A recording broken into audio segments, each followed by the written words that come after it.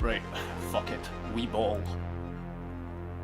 What is good, everyone? Hope you're having a lovely weekend so far. Hello to those that are new, and right to those that are new. This is a big game for a lot of different reasons. We need to win, and we need to win convincingly, especially after the bullshit that we had to endure over the course of the last few days, especially the Atletico game in specific.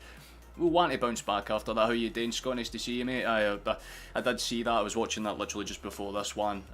Both the penalties were fair enough, though. You can't really argue against it. How you doing, John? Nice to see you as well. Hello, everyone. Need a good one today. Yeah, basically the gist is we need to pop off, we need to be convincing, and we need to be calm. No stupid shit, and we're fine. We've also got a couple of new things to the background as well, which is always nice and lovely. But you know, this being a Sky Sports game, I'm not expecting too many people to come in for this one, especially because it's at a reasonable-ish time, but we have about 10 minutes to get through, so let me just quickly pull everything up before we go live. Everything should be working here and here and here, so let's switch screen. There we go, everything's up and running. So, for those that haven't seen, Rangers won earlier on. In fact, I was kind of keeping my tabs on it while I was setting up the stream, but 1-2-0 earlier on, which was fair enough, I guess. I mean, it's Livingston anyway, no one was really expecting them to pop off and do anything too different, but we should go into this game with a good amount of, well, I mean, at least a respectable chance anyway, I should say, of doing something. We'll just turn that down a tad more, there we go. But we'll get into the lineups and stuff very shortly, but, well, in fact, right now, actually, I should probably say. But we'll start with Aberdeen. Aberdeen have a good system and a good lineup by their own rights. They've been on a bit of form recently. They've managed to only lose once in the last, 5 matches. So they're sort of getting their form back, but it's the familiar five at the back that we face. They've got Kevin Roos in between the sticks, which is always nice to see. McKenzie, Jensen, Rubicic, Galtman and Devlin make up their back five, with Hayes, Clarkson, Shinnie and Polvara definitely being one of the ones to watch, and Miovski, who's been making a lot of the headlines for the right reasons over the last few weeks, especially with his form. He's back in the starting lineup as well. Obviously they've got players like Duke on the bench that they can rely on should they want to do so. But our lineup, of course, for those that haven't seen, Maeda is out injured. He will be out injured until at least the end of Christmas, according to Rodgers. But we do have at least Forrest not starting. That's the big thing. Forrest isn't starting, so I'm a lot happier in life with that. But we've got Joe Hart in between the sticks, usual suspect. And the familiar back four as well, Carter, Vickers, Scales, Taylor and Johnston. Of course, Nowitzki and all that still on the bench, I believe. Holm, McGregor and O'Reilly make up the midfield, which is quite nice to see, because I thought it would have honestly been Turnbull starting in this type of game, but we've changed it up. It's good old-fashioned Holm. And our front three are very, very good players when they play well. Furuhashi, we know what he can do. Palmer, probably one of the best players this season so far in terms of needed form. And Yang, who's kind of flown under the radar a little bit, but has popped up with some pretty good performances here and there. It's more than solid enough to get a result against these cunts. We'll have a little look at the table, obviously, with Rangers winning earlier on. The gap is at 5 still, but as long as we do the basics right, we can limit Aberdeen from making a solid push towards putting pressure on Aberdeen, and I'm pretty sure they won earlier on as well. The biggest surprise I seen was fucking, who was it with the won 4-0 again? Was it Dundee? Pretty sure it was. But I don't think there's any other games happening alongside us. All the ones have already kind of happened. Who was it that won 4-0? It was Dundee against St Mirren, yeah, I was right. That was a hell of a game. I was very surprised it worked out the way it did. But we're focused on this one here, so we'll leave the lineups up for a little gander. We've got a few minutes until kick-off, about 5 or 6. But yeah, table is certainly all to play for. Let's have a little look at that chat. How you doing? World Cup, nice to see you. That's a new face, new name. How you doing, mate? Hope you're having a lovely time. Good afternoon, Jim. How you doing, mate? Hoping for a decent win the day 3-0. Pretty respectable, I'd say. We're on a similar type of brain wavelength right now, because I'm predicting a pretty good win for us. I think Aberdeen will cause a bit of pressure, but I don't see them scoring. Realistically, we'll want to put them under the cosh straight away, as NYK basically says they'll want a fast start and hope Holm shows something. Holm will be a very interesting one for me, because he's playing on the right side, although I'd imagine very similar to how the winger situations work. They can interchange and switch and fit to whatever type of counter-attack that we've got at that point in time. Obviously, it's a shame that we're missing Maeda, because Maeda's usually the engine that drives a lot of these counter-attacks, but I've more than enough faith that Palma and Yang will have to at least give it a good go. They're not the best one-on-one players, but they can force the issue when it matters. But I think predictions-wise, I'm going to go with a pretty straightforward 4-0, 4-1 type scoreline. I don't see us just scraping across and, you know, kind of digging in at any point. If it really is a game like that, then it's a concern, because realistically, after getting, you know, scudded 6-0 a few days ago, you want to bounce back, especially against a team like Aberdeen that's not in the best form, but certainly in form that can be stopped. How you doing, Joe? Nice to see you, Chief. Then we bounce back today, 2-0 you're thinking. That's a pretty respectable scoreline as well. I've also got a little sub counter down there. And yeah, oh shit, I should probably mention that as well for those that are interested. There'll be a video coming out in the next 2 days. It will be the 1,000 subscriber video. I kind of bashed a lot of it out last night and got a good amount of it done. It's not really anything special, but it's worth checking out for those that are curious about it. But yeah, by all accounts, it's going to be an interesting game. I don't think that Aberdeen will do too much differently than what they usually do. They'll sit back, make it a counter-attacking type of game, they'll force the issue, and at the very least, they'll try and pin it on those wings, especially because they know that, again, if you watched the Atletico match, our fullbacks got exposed big time, and if they're going to follow a similar pattern, that's what Aberdeen need to do today. That's probably why they've started with a similar formation that Simeone played against us. It's actually almost identical in terms of at least what I think they're going to do when it comes to counter-attacking. It's going to be an interesting game. This one's definitely up for grabs. There's all the possibility that this becomes a frustrating type of match, but there's always the opportunity that it doesn't. Also, new Celtic shirt, peep it. Very, very cool. I got my birthday present early from mother, so I'm quite happy with that. But boys are in the tunnel lining up right now. They'll be walking out relatively soon. So if anyone wants to throw their last minute predictions in, you're more than welcome to. 2-0 will do you. Yeah, I mean, as long as we win, regardless, 3 points is 3 points. I don't give a shit if it's the most frustrating 90 minutes and we score a 90th minute penalty. To be honest with you, I think we probably might actually get one today, especially with the amount of bodies that Aberdeen will have in the box at any given time. If there's a really good ball in, Furuhashi can cause some problems. He can certainly use the unphysical nature that he has to his advantage, because if someone bumps into him too hard, he can do what Rangers did today, just kind of force the issue and make them bring you down, and it's actually a smart tactic when you think about it. Are you saying anything like for the vid? I am not, because that's against YouTube terms of service, but I can basically say where it's at. It's on Sky Sports, it's on Celtic TV as well. It's also on a bunch of your usual ones. What I'd recommend, mate, go onto Facebook and type Celtic livestream. You'll get like a bunch of links, and that's your best bet, Chief. Honestly, I think that's the best thing you can do. But they're reading out the lineups one last time before we get going underway here.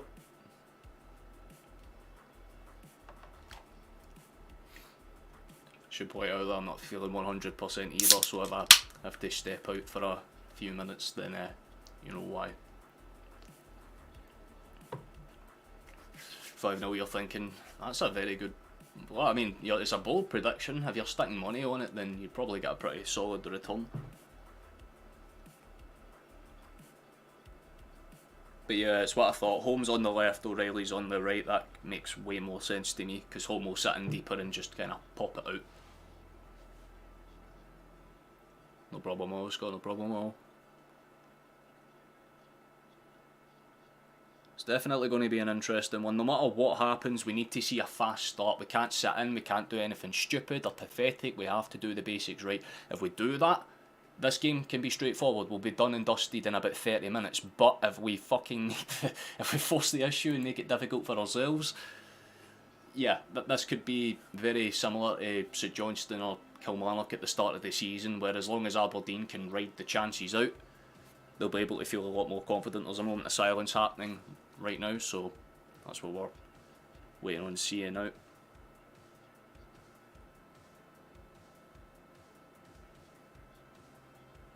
I think it's for Remembrance Day. Nah, Paul, it's migraines I've been having. Thankfully it's not explosive diarrhea, but I've been throwing up a little bit, so I'm not too hot. How you doing, Daniel? Nice to see you, Chief. Hope you're well, man. Hail to you as well. But yeah, we have got a bit of an important one to get the day. Is everything sounding fine, by the way? I've had to change a couple of audio settings, so if anything sounds a little bit loud or a little bit low, please let me know right now. And I can try and fix that, but we'll give us a little refresh because we'll probably be underway relatively soon. I just want to make sure that you don't miss a single second.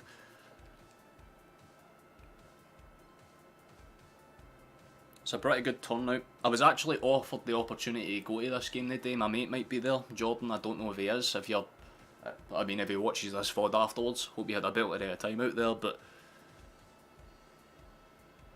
this is definitely going to be a good game in terms of what can happen for us. Obviously, Robson will set up. He's meant to be a little bit frustrating, counter-attack at the very least, but we'll do what's necessary. We'll be fine. It's early as fucking Alabama, Chief. You've done well enough just to even be alive at this time. Ah, perfect, Daniel. Thank you very much. I'm okay, like I said, little migraine here and there, but I didn't feel unwell enough to be like, yeah, I'm not going to stream. You see my head of Celtic TV? Well, that's surprising. I'm watching it through Sky, so we'll get us a little refresh now because we should almost be kicking off on this screen because we're pretty much almost underway. Google will probably do its thing where it's like a minute or so behind.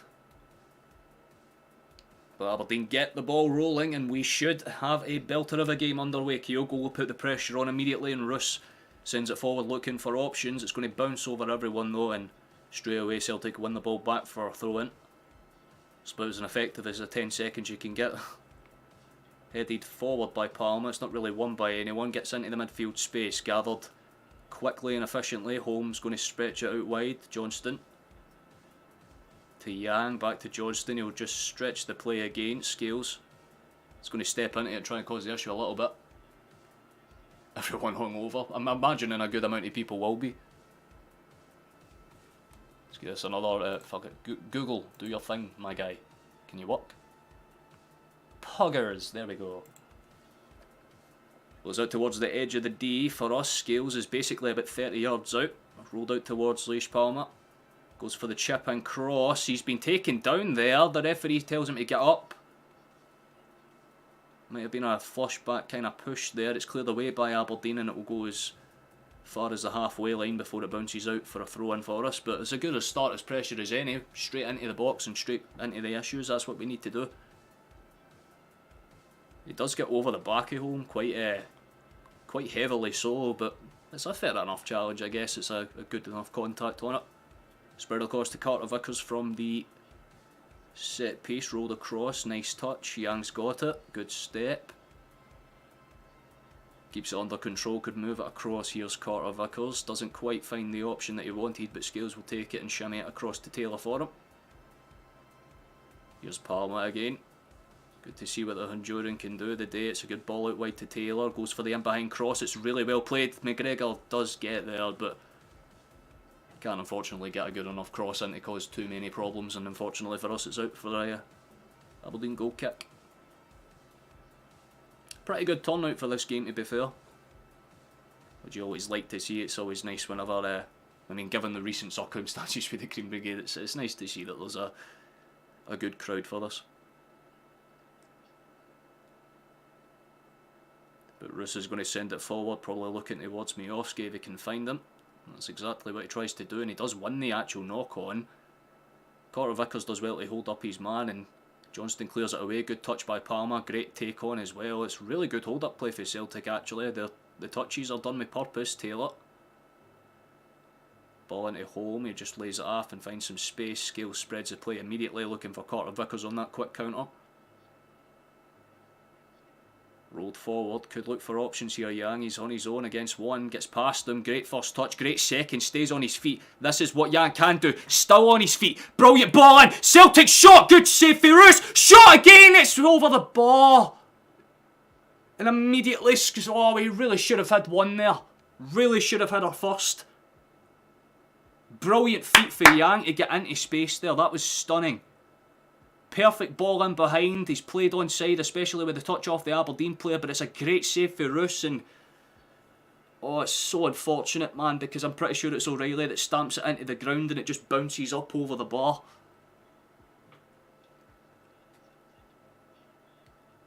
Winning is vital, can't afford to drop points. You're very much right, Reese. How you doing as well, mate? Hope you're well. Alan, how you doing, Chief? Not missed anything yet, not anything important anyway. Just a big chance right there. It's laid out for home. Johnston gathers it, spreads the play for Carter Vickers, looks for options and sees maybe the run down the left hand side. He could cut it in, though he's going to go out towards the left. That makes much more sense. McGregor, home. Good one-touch play. Celtic are immediately back in towards the box again. This is really good for us in the opening kind of stages of the match. Ball in towards the back. Roos is forced to punch it out. Gartman tries to close the space down, but he won't really get there in time. It's out towards the right-hand side this time. Cut across, goes past everyone, and it's nearly an own goal for Aberdeen. Speaking of Gartman, he takes a really weird touch and it bobbles across the side. If he put that any softer, there's a chance that could have gone on target. Very hectic start. Good opening 5 minutes for us. Very good opening. Hey there, June, nice to see you as well. McGregor lays it off towards Palmer. He's just going to take the indirect cross, and I tell you what, he made it past the first man, but not past Rubicic, and it's headed up and eventually gathered by Roos. It was, again, we said we needed a fast start with a lot of real persistence. This has been a very good example of that. Really unlucky for Kyogo. It's shown that earlier chance, man. Yeah, it's really unlucky. O'Reilly should have scored that rebound, but couldn't really set himself, punted it into the ground and it bounced over. So long, Aberdeen gather it and they could do something with it. They go for the cross play. It's a good pass from Hayes, actually, to be fair. Rubicic put under some pressure. Celtic nearly win it back and it just doesn't quite go our way. We've had 2 pretty good chances so far, Alan. Back to back in the opening kind of minute or so. But Aberdeen do have the ball forward here. Shinnie throws himself into it and it takes a massive deflection, and it technically would count as a shot on target if it was intended, but straight into the hands of Hart and he spreads the play immediately back out. Taylor looking for McGregor, Scott to Scott. Brings in Carter Vickers, who spreads it towards his North American compatriot, and there could be a move on here. Rolls it back towards the captain. Young's got it. Laid off well by Johnston just to open up the lanes for Celtic if we want to take them. Good ball outside. Pounded back across into Johnston again. It's a little awkward now. Aberdeen are just slowly starting to rescind on themselves. Could be another crossfield exchange in behind here. Doesn't quite take it. Leaves it instead. Carter Vickers.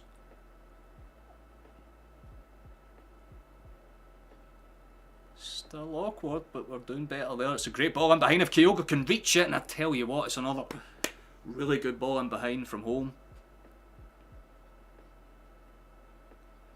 Perfect dink in behind, but Kyogo, it would have been up in the air if he was offside or not, but even so it was just slightly overhit. Yeah, and as Daniel's saying, we're absolutely dominating them in the opening stages of this game. I'm not too surprised by that though. That is kind of what we were expecting, but good reflex stop for Roos and a little bit of luck on their part from the rebound shot, and they're still in this game. But we know an early goal sets us up great here, and the way that we're shaped out, Scales and Carter Vickers are completely and utterly separated. Like, we're confident that we can win the ball back. It's into Taylor again here. Spread across for Carter Vickers, could look for options.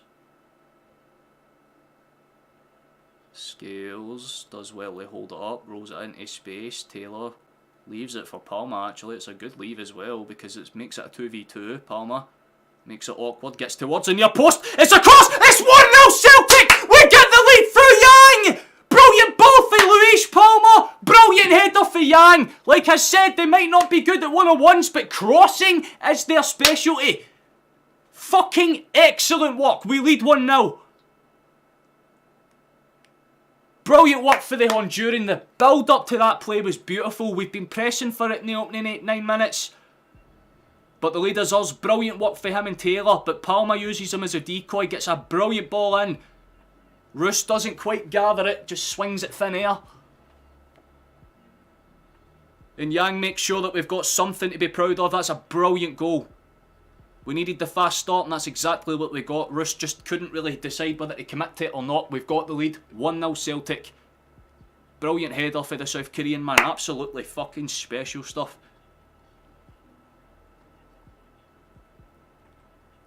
That's exactly what we needed to respond with, especially after the shit that we had to endure in midweek. Beautiful, man. Absolutely beautiful. Johnston's immediately back on the hunt for it, though it's a loose touch for O'Reilly. He's had a couple of them, but it's managed to be gathered by the Canadian. We could go forward again. It's a loose pass, but oh, fucking excellent work for Taylor to win it back. Low pressure's on, although Aberdeen get past one and they pull it back for a foul. I'm not sure why. I mean, you let it go the first time round. Povara just loses out. That's all he does. Like, Taylor doesn't even touch him. Foul for Aberdeen though. Yang is definitely a man so far. It's as good a start as any. What we needed to see was the wingers getting involved in the play quite early on and pincing in those five at the back, and Palmer has got the message. He's willing to at least try and run at the defence, and if he can't get past them, he whips them in, and it worked out brilliantly there. Ball in, header for Aberdeen. It's up and over the bar though. It's going to count as their first shot on target technically. Can't really fault it. Good effort for Gultenman, but it was way too high. It was always going to arc.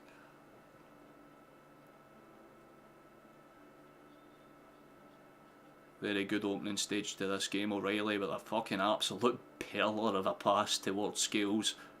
There was no pressure on it, but it was still an absolute belter. Could go forward with it, Taylor. Palmer again. Is he going to try and do the same trick? He does. Steps in and out. Beautiful. Does it twice in a row. Manages to body block it and gets it out towards the north curve for a corner kick. Good work for him, man. I'm really liking Palmer so far. Yeah, and as you say, Palmer and Yang are after an absolute flyer.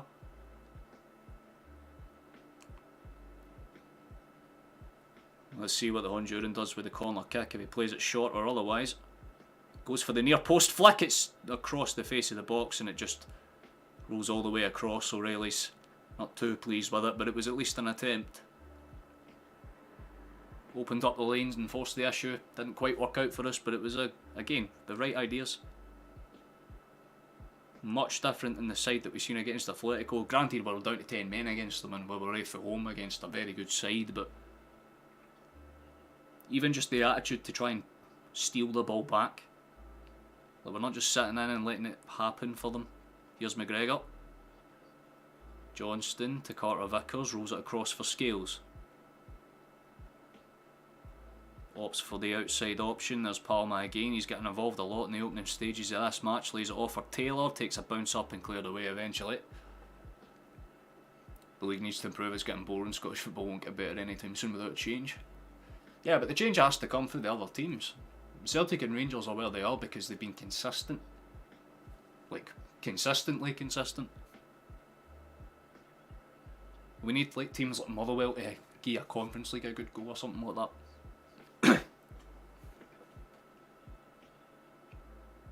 Carter Vickers, good ball forward, but it's a loose touch for O'Reilly, headed on by Yang at the very least to try and cause some problems, but cleared away by Rubicic. Sent it forward looking for Miovski, but it was never really going to find anyone. He's complaining at that, but there's not really too much to complain about. Scales.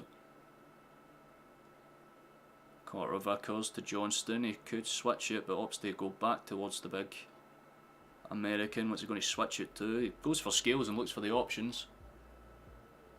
It's one way to say it, Scott, one way to say it. Oh, that's a great ball in behind. We could be in for two here if he can keep it on the feet. Does do so. Gets the ball in behind again. Bounces up. Yang again. Oh, he somehow managed to miss the entire thing. Bounces out towards Johnston. He has a crack and it's just past the post. Really should have been a second there. I'm not sure if it was Yang or Kyogo that messed up the rebound chance, but it was again brilliant work for home. It's Kyogo. Yeah, he does well to take it down and it's just kind of blocked by Gartenman. It doesn't hit his arm or anything. Great positional awareness for him, to be fair. I really don't know why the right back decided to keep that in. But it could have bounced out for us, but Johnston hits it past the post. Really unlucky.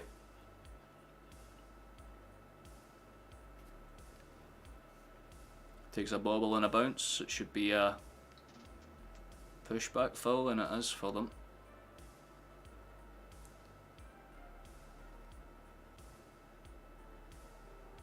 Palmer just picks up the ball and waddles into the Watson. What do you think of the new setup, by the way? We've got some flags and shit now, so that it doesn't look as bare. Don't think I've done a bad job towards it. 1-0 to Liverpool, yes. I'll check that at half time, mate. Thank you for letting me know. For now, it's Aberdeen that's got it. They've laid it out towards Hayes. That's a great ball, actually, if Aberdeen can get a touch on it, but Taylor was quickest to react. It kind of took a little nick off Miopsky on the bounce back as well, and Celtic can start a quick goal kick counter. Brilliant feet again from Yang. He's been wiped out there, though. And I think there'll be a yellow card coming out, yep. Was it Yang or was it Home that made that touch in behind? Oh, it was Home that made the run. Well, it's Hayes that's in the book, he's yellow carded.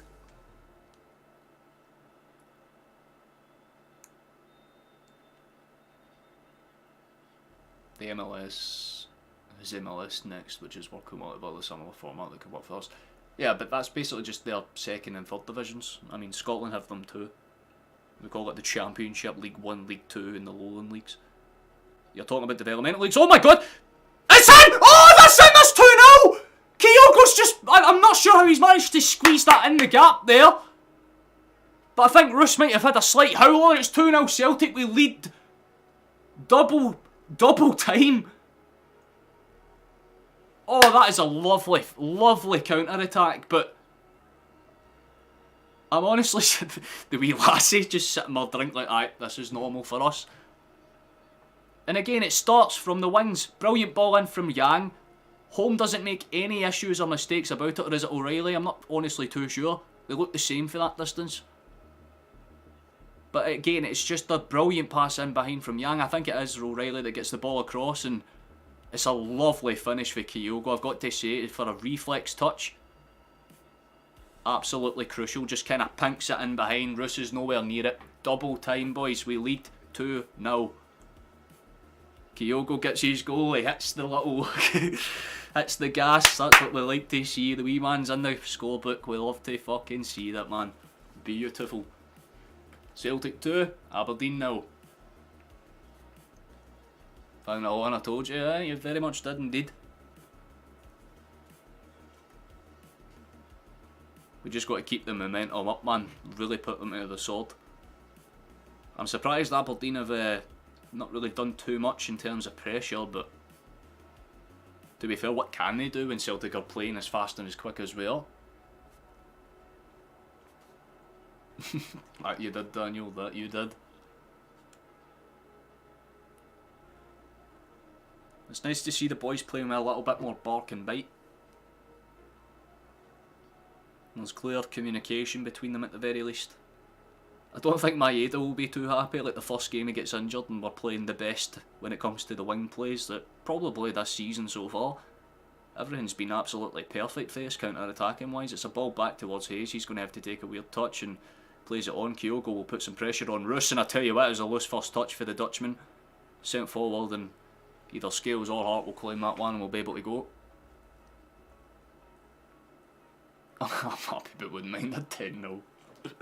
That'd be vibes. Yeah, I guess I should do a plug because we're, you know. If you enjoy this type of content, please subscribe, you know. If you like this club, you know, it's a very cool club, so if you like this channel, you should probably subscribe.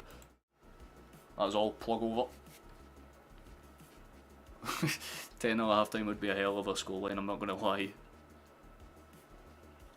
Stick a quid on it, if it happens, you're like, probably about 5 grand to the good based on odds. He's just been caught out there though, I think he has been, yep. Get it up, you. No offence, but you're not playing for us anymore, so no love lost or anything. Scales. McGregor goes for that quick field exchange, does find Yang. Holds it up this time. South Korean to Scott, and it's spread across. Scales. Shut up, stomach. Scales gets it out towards Slash Palmer. Let's see where he goes with this one. Does the few step overs, gets it out towards Greg Taylor. Scales, good first touch, great second one. Back towards or fall back. Cuts it in for Palmer. Weird first touch, but he keeps it in his favour. Spread back across. Carter Vickers, good first touch. Spreads it out towards Yang again. Let's see where he goes. It's not the greatest step over, and he'll be able to be just about gathered and cleared away. No real pressure on it. Devlin really didn't have anything too much extra to do other than stick a leg out and get it out for a throw in. But it's quickly dispersed towards Carter Vickers. Scales, great ball in behind. It could be 3 if that went over him. It's still in their favour though. Palmer's kept the pressure on and well and truly alive, but it's cleared eventually by, I think, Rubicic. Clarkson will try and put some pressure immediately on this one, but it's a great pass back, to be fair, for Scales. You watch Celtic beat them 9-0 at Celtic Park with Samaras scoring a few. Samaras is one of my favourite all-time players. Thank you to ever just subscribed, by the way. That's very cool of you, thank you.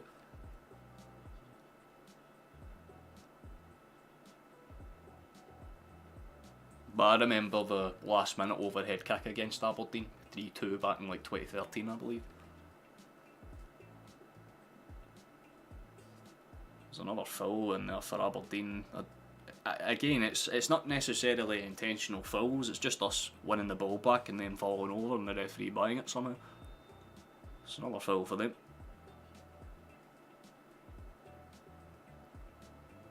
About as good a start to the game as you can probably ask for, to be honest with you. It's like absolutely cruise control for us so far. We're limiting their chances, and more importantly, we're stopping them on the wings. As soon as they even attempt to get out there, we're like, oh yeah, no, that's not happening, and instant pressure. Young's managed to win that one back as well, and this is what I'm saying, when we do wing it on the wings, we're just going at them, we're not hesitating. Young's managed to get it into about 30 yards for the goal. Here's Johnston, he receives it from the back pass. McGregor's got it, just about gets it away for Carter Vickers. Scales. McGregor. There's not too many pass options on, so he lays it back for the Irishman. Spreads it across towards the Canadian. Let's see where we go with this one. Johnston. Nice. And towards Yang. Good step over. Doesn't quite get control of it, and it could be a run forward for Hayes here. It's blocked brilliantly by O'Reilly, and he gets rid of it just about. We'll set the sub goal for this stream 1030, like at a push. 1025 is absolutely fucking ideal though, so thank you to everyone that's subscribed. And if you have public subs on, you get a little animation that plays for you, so.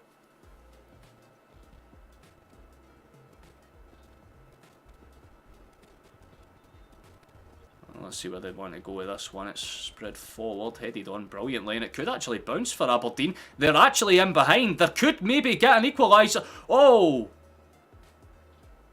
I was about to say equaliser, not an equaliser, but a really good chance and push for an equaliser, but he's just absolutely walloped it past the post. There was no composure on that at all. Much like my commentating at that moment in time. It's played forward for us though. Yang's got it.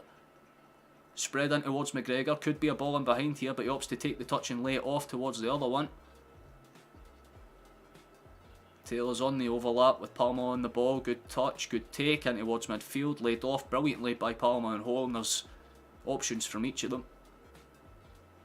O'Reilly gets control of it, lays it off for Yang. Good one-touch stuff between the two of them.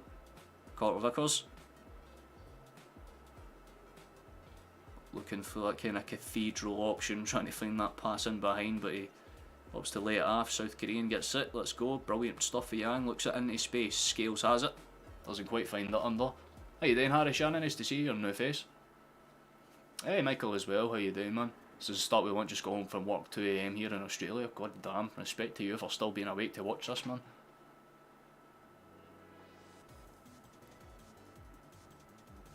Turn to me, still age 10. I had to see more of this magician. I can't really argue with it, to be fair. I think every team is taking the... I'm presuming you're saying the I've got tactic up against Celtic. I'm sorry, I'm not sure what that means. Are you talking about tactical approach against Celtic? Fall over and the ref will be high. No, alright, okay, I get what you're saying now. Pretty sure that bounced off of Devlin, that's a corner to us, right? It should be a corner to us, but yeah, that's right. Okay, I was wondering, because it looked like it came off him. Just about 24 minutes going in this match, and really good opportunity for us to swing a good ball in here and cause some problems. Swung high. Oh, it's found a way through everyone, but it's not the greatest hit by Kyogo. He does get it on target, but basically killed every inch of power that was behind that ball, and it just kind of rolls into Roos's hands. If he caught that a little clean up, could have been something. It's shown that Hayes chance again. It was a great ball in for Polvara, by the way. Even better touch for Clarkson, but he just kind of Travella shot it into the ground. Good start for us though. We get to half time and we're at 3-0 up. We can genuinely just relax, call this cruise control, and the rest of the stream's all happy daisy. It's a loose touch for Hayes again. I think he's panicking a little.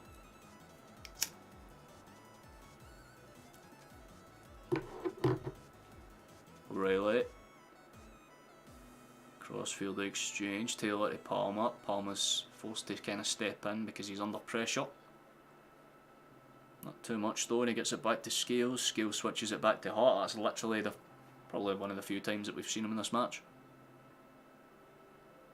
Most of the time we've been pinched up in their final third, making it way too easy for ourselves. Like it's so good to see us play like this, but it makes you wonder where this team cohesion was like 4 days ago.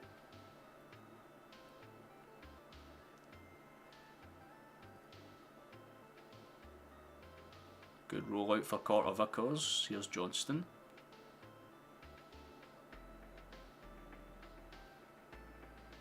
Nice, lays it back towards the American. Let's see where he goes.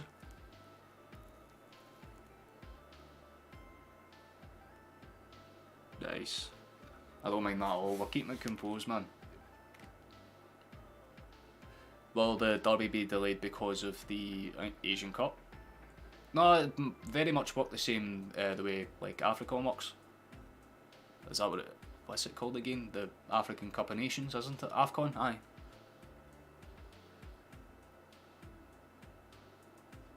Like if players get called up for it, they get called up for it. Nothing can really happen. We just work with what we have. To be fair, a few of them are already out the team anyway, so it's not as if they're going to get selected. So make that what you will. It's a good ball out towards the left hand side. Let's see if we can maybe pop it in for a potential third. There is actually a lot of space opening up for the captain if he wants to up for a shot, but he lays it off for Johnston, who's more or less playing as a central midfielder in this play. Laid off towards Palmer, whipped across, takes a deflection, and it could have bounced towards a Celtic shot, but thankfully for I think it was Rubicic that got that deflected touch. It could have bounced anywhere, thankfully it didn't. You've got a bet on Scales scoring against his former club. Oh, that's an interesting bet actually. I mean, Scales, has he scored for us this season? I know he came close. Here's Palmer, skips past one, lays it off, and Scales will put some pressure on and at least make the pass awkward, and Polvara won't be able to chase that one down no matter how quick he is. Especially when he's up against Taylor, who's probably the fastest defender that we've got.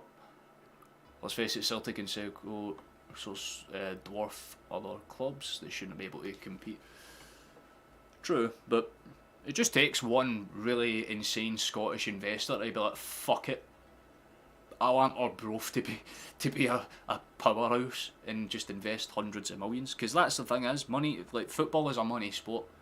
All a team needs to do is just get a good investor and immediately they're back in the race.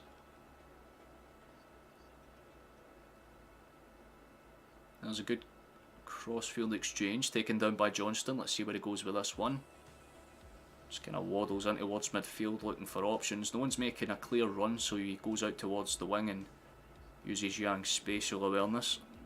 Stomach, really shut up, mate. Why the fuck are you growling? I ate like an hour before a stream. Scales. It was the right ball, to be fair, but it wasn't gathered intelligently by Holm. It's going to be sent forward, headed down by Scales. I'll tell you what, a great header for the big man as well. Keeps it under control and gets it into space again, and we can counter-attack quickly here. Ah, that was what happened. The fucking disallowed goal.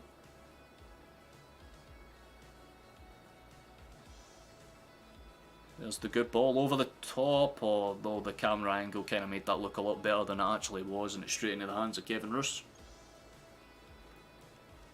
Kind of surprised by Aberdeen. I thought they would maybe try a bit harder. They did have that one really good chance through Scales, but didn't do too much to justify doing too much else, and that's going to be a yellow card potentially. More Columns having a word with him.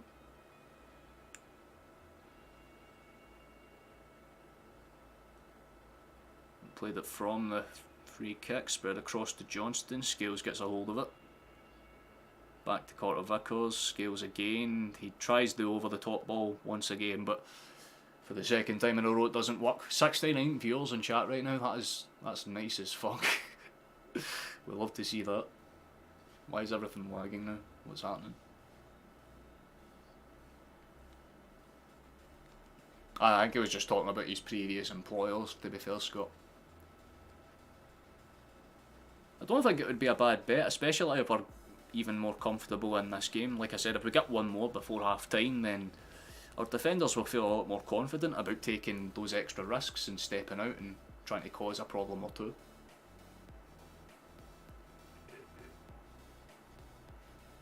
So, you know that the sun's got, because I had put my camera settings on deliberately darker because the sun was absolutely bright. Now that it's going up, you look like it's like 6 at night here.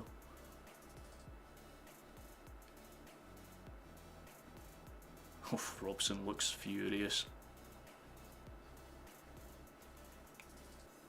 Here's Scales.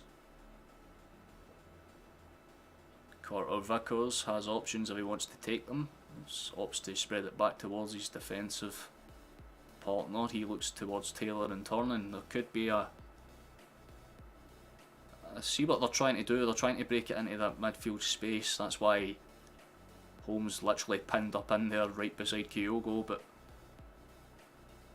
it's making it a bit more difficult to find that central ball, a bit more direct. It's a great touch for Scales. Opens up some options, lays it off for a captain. Let's see where McGregor goes with this one. Opts to lay it off, played inside. Good touch. Yang's just about kept it under control and does well to get the pass away. Here's Holm again. Good ball from Odin. It looks like it could go anywhere. Palmer lays it short, bounces across everyone, and it gets past 2 Celtic bodies. Wow, we really should have had a third there as well. At the very least, a good enough shot on target, but Aberdeen's defenders managed to somehow just put a tiny little bit of extra pressure on. How you doing, Kevin? Nice to see you, Chief. It's torture here as a Celt. When it comes to Europe, absolutely. When it comes to everything else, absolutely not. Here's Scales, lays it off. McGregor. Palmer has it from the edge of the area. Looks like he could go for those crosses in behind. He does take the gamble, and it takes a bounce off the inside of, I think, Clock's in there, and it's going to go outside for a corner kick for us. We are vibing.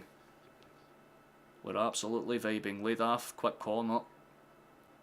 Honestly thought we were going to tee it up, but that is beautiful for Yang, the first touch. The second one was nice too. He's been taken down, but more than fairly so. No penalty call there, absolutely not. Although we've got our player down at the edge of the area. He's still down. And the referee's refusing to blow for any reason. Celtic bring the man down and they pull for a foul on him. So yeah, they're a bit lacklustre when it comes to calling fouls on us. Gartman's down, but Carter Vickers has stayed down, and this is the thing. The man's already been injured twice this season. It's very similar to Atati. I don't want to see him stay down for any longer than he needs to.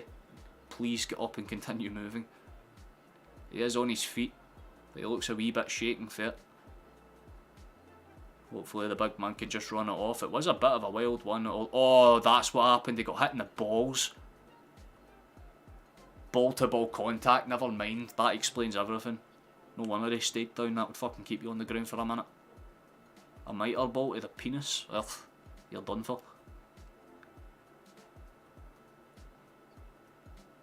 Oh, Carter Vickers might not be able to have any more children, but we'll move on with that. Aberdeen get it forward. Laid back towards Gortonman. Rubicic is under a bit of pressure. There's 4 Celtic bodies under there to do stuff, but it doesn't quite work out for us. Gets it forward from Aberdeen, doesn't quite find anyone. Cut out by Carter Vickers. At least he's moving a bit more graciously now. Holmes got it and he'll just take a small gander forward and look for options. Palmer to Taylor, lays it back to Scales. Scales in turn goes back towards Carter Vickers and we'll just steady the ship and look for options. I feel like young players are better than many think. Good enough for the Scottish League Scales, Welsh, Ralston and Hendry, so they can all cut the mustard domestically. I'm not disagreeing with that in the slightest. We do have good players in the academy as well. I mean, you've got players like Henderson, you've got players like Vata. I mean, you've got Connor Hazard as well, I suppose, but he's not really a youngster anymore. But look, we've got players that definitely can grow into first team calibre. Rocco Vata is the one that I think's got the most potential in our academy right now. You know, the boy's already had a couple of minutes here and there as well, so it's, you know, like, it's not as if we don't have those options, but we'd rather not rely on them when you have a, you know, massive financial safety net like we do. If you've got the money, you should realistically be spending it, holding on to it. It's not exactly a smart thing to do when football's a rat race half the time. Scales.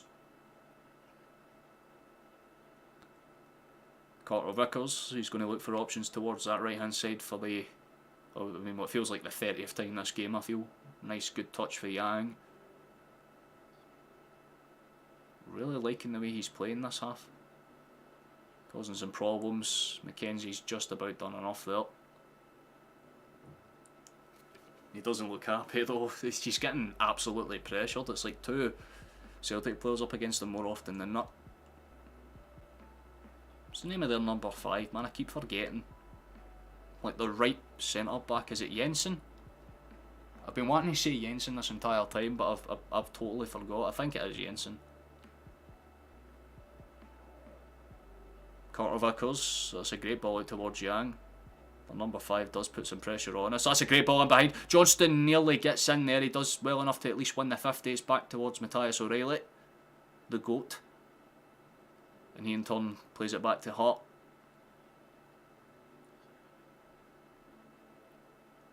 Scales. We've slowed the plane down a lot more, but I'm not complaining about it in the slightest. If we can conserve energy, it's the smartest thing to do. This is the last fixture before the international ones anyway, so it's an interesting one, you know. Seeing if people will get some extra minutes towards the end of this game will be quite interesting. Especially if we're still playing as good as we have been. Laid short, takes a deflective bounce. Palmer's not really going to get there. Scales will put some pressure on. Good touch for Polvara. Really good touch for Polvara. And Clarkson will put some additional pressure on. But that's a great ball in behind for us. And we could be in behind here. It's Kyogo. Good first touch, but he doesn't really get himself set to take the shot quickly. Takes a deflection off of the, I think, Rubicic. He really should have shot that when he had the space, but he tried to cut it back onto his good foot. But Yang's just sold his man a dream. Oh, that was a beautiful touch. The ball in wasn't bad either. Still have it. Bounces around. O'Reilly can't get the ball under control. It's still very much under pressure. Here come Aberdeen on the counter-attack. It could have been. It was Janssen. No, thank you. There we go. At least I know his name now. Because I was in my head, I was like Jensen. But if it's Janssen, it's Janssen. I'll probably turn this thing on now because there we go. That's a little bit better in terms of lighting. And if the sun comes back out, I can just turn that off. This is why we're so bad in Europe at the moment, with nobody that can wear a glove on us in the SPL, but we go to Europe and our handy arseholes. It's because of the gap discrepancy. It's very much similar to like Portugal and the Netherlands. Like, yeah, you'll have really good players that can do the job in Europe, but they're usually surrounded by domestic specialists rather than European ones. Like, don't get me wrong, Celtic have a lot of good calibre players. I'm going to shut my mouth. There was a good ball in behind there. Yang was making another really good run. I'm really, really admiring Yang's performance so far, man. He's been the best player in the pot by a country mile, which is saying something because there's been a ton of really good displays so far. But that bear camp check was absolutely beautiful. It was a great block for Gartman, to be fair. But I'm liking it. It's like Roger said to me, here's your chance to prove yourself. If you want to be in the starting 11 more properly, go for it. Hart needs to go. I don't disagree with that either. I've been saying that for fucking, I don't know, like a year minimum. Hart's going to know where he's staying, where he belongs at Celtic. Yeah. Hopefully he's... oh, that's a foul on us, surely, yep. I was going to say Hayes is getting a little bit aggressive now. But, nah, the longest I see Hart staying here for is to the end of this season. I'll be surprised if he isn't, like, replaced by a better goalkeeper in January. That's another good ball in behind. I tell you what, Taylor's finding his passing range as well. He's done well to get it in behind. Palmer whips it across. Taylor, sorry, O'Reilly couldn't really set himself on the touch again. That's not bad though. Good work for them. Johnston lays it off. Could be an optional play in behind here if he wants to take it. Lays it off. Good divot touch. It's shot quickly. Good save by Roos. That's another really good stop. Holmes been denied an absolute belter of a goal there. Makes you wonder how the second one was so easy for us, but that one was very well stopped by Roos. Actually, really well stopped. It was certainly going to be on target. It'd be a question of whether it came off the bar and out or not though.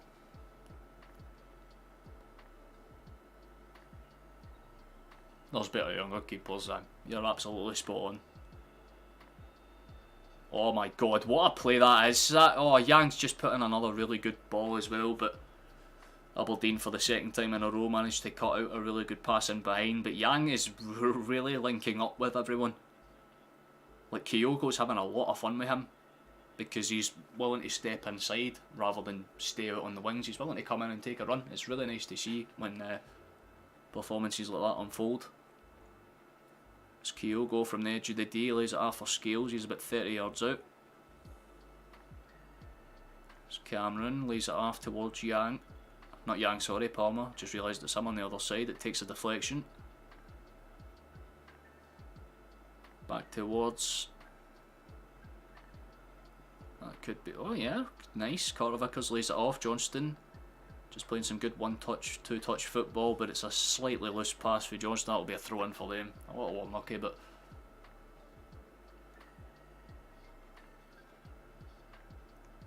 if you compare him to the rest of the team, yes, Gene, it's very much obvious that Hart's I wouldn't call him a weak link, but he's not exactly as strong as a material as the other ones, let's say.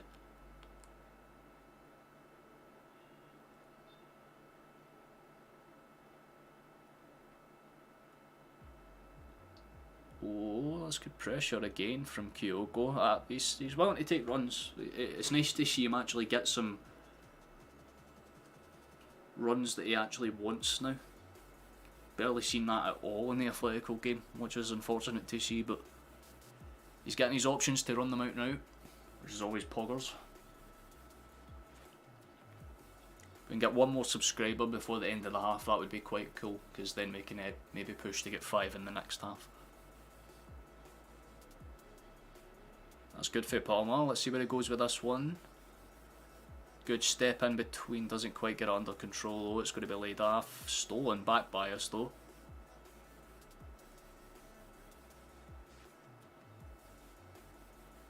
Laid off towards the right hand side.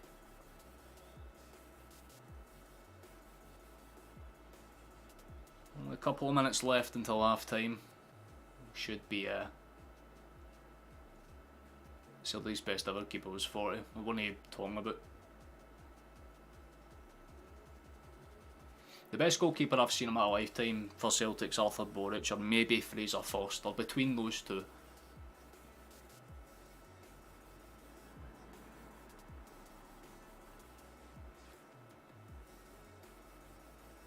nice. Carter Vickers does well just to kind of body up Majowski. We've done well to keep that guy quiet, to be fair. That's the one thing that I will say that we've done absolutely brilliantly, is we've limited Aberdeen's chance creation, especially through the central kind of lanes.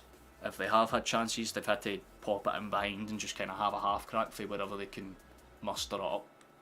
All the highs and lows of European football are back into the domesticity of worrying sheep, yeah. There's levels to the game, as they say, and Celtic are a prime example of being at a comfortable place. That's a good shot for Palma, it's a good save for us again. Granted, that one was a bit more central towards the net, so would have honestly been surprising if it found its way in, but it was certainly the height to go in. Good palm down for us, keeps it under control and does what's necessary. Ronnie Simpson. Boric, yeah, Boric is definitely my pick, to be honest with you. I think Celtic should buy Majowski. We need the striker cover, but we already have a player that's exactly like him in all. If we're going to buy a striker, we need someone that's kind of a mix between the two of them, like a mix between Kyogo and a mix between Majowski. Something like a, I don't know who's a good example that we could probably work within our budget.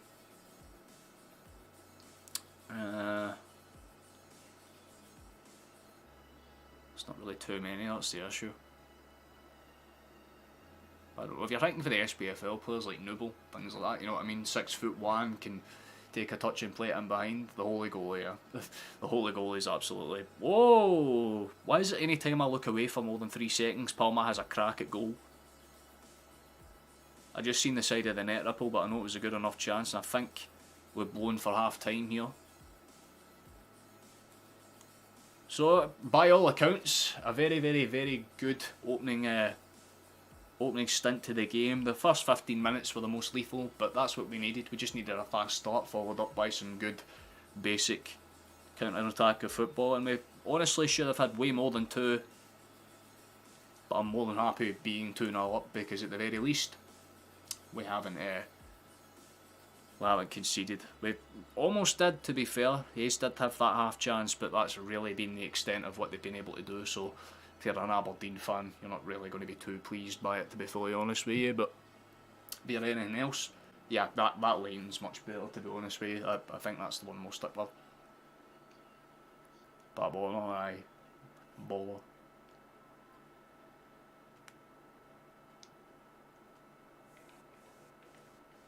I think we're forgetting to include the GOAT of Celtic goalkeepers, Vasilius Parkas. Quite honestly, the greatest goalkeeper I've ever seen. Mainly because he was so different to what other goalkeepers had, in the sense that he wasn't a goalkeeper at all, he was a fraud. Good riddance to that motherfucker, honestly. But half time here, so if you want to get yourself a wee cup of tea or whatever, you're more than welcome to do so. But we're going to go back into the screen temporarily, just so I can see the chat a little bit easier. Aye, by all accounts, not bad. You can subscribe if you would like to, but the more support we get on this channel, the better it is for us.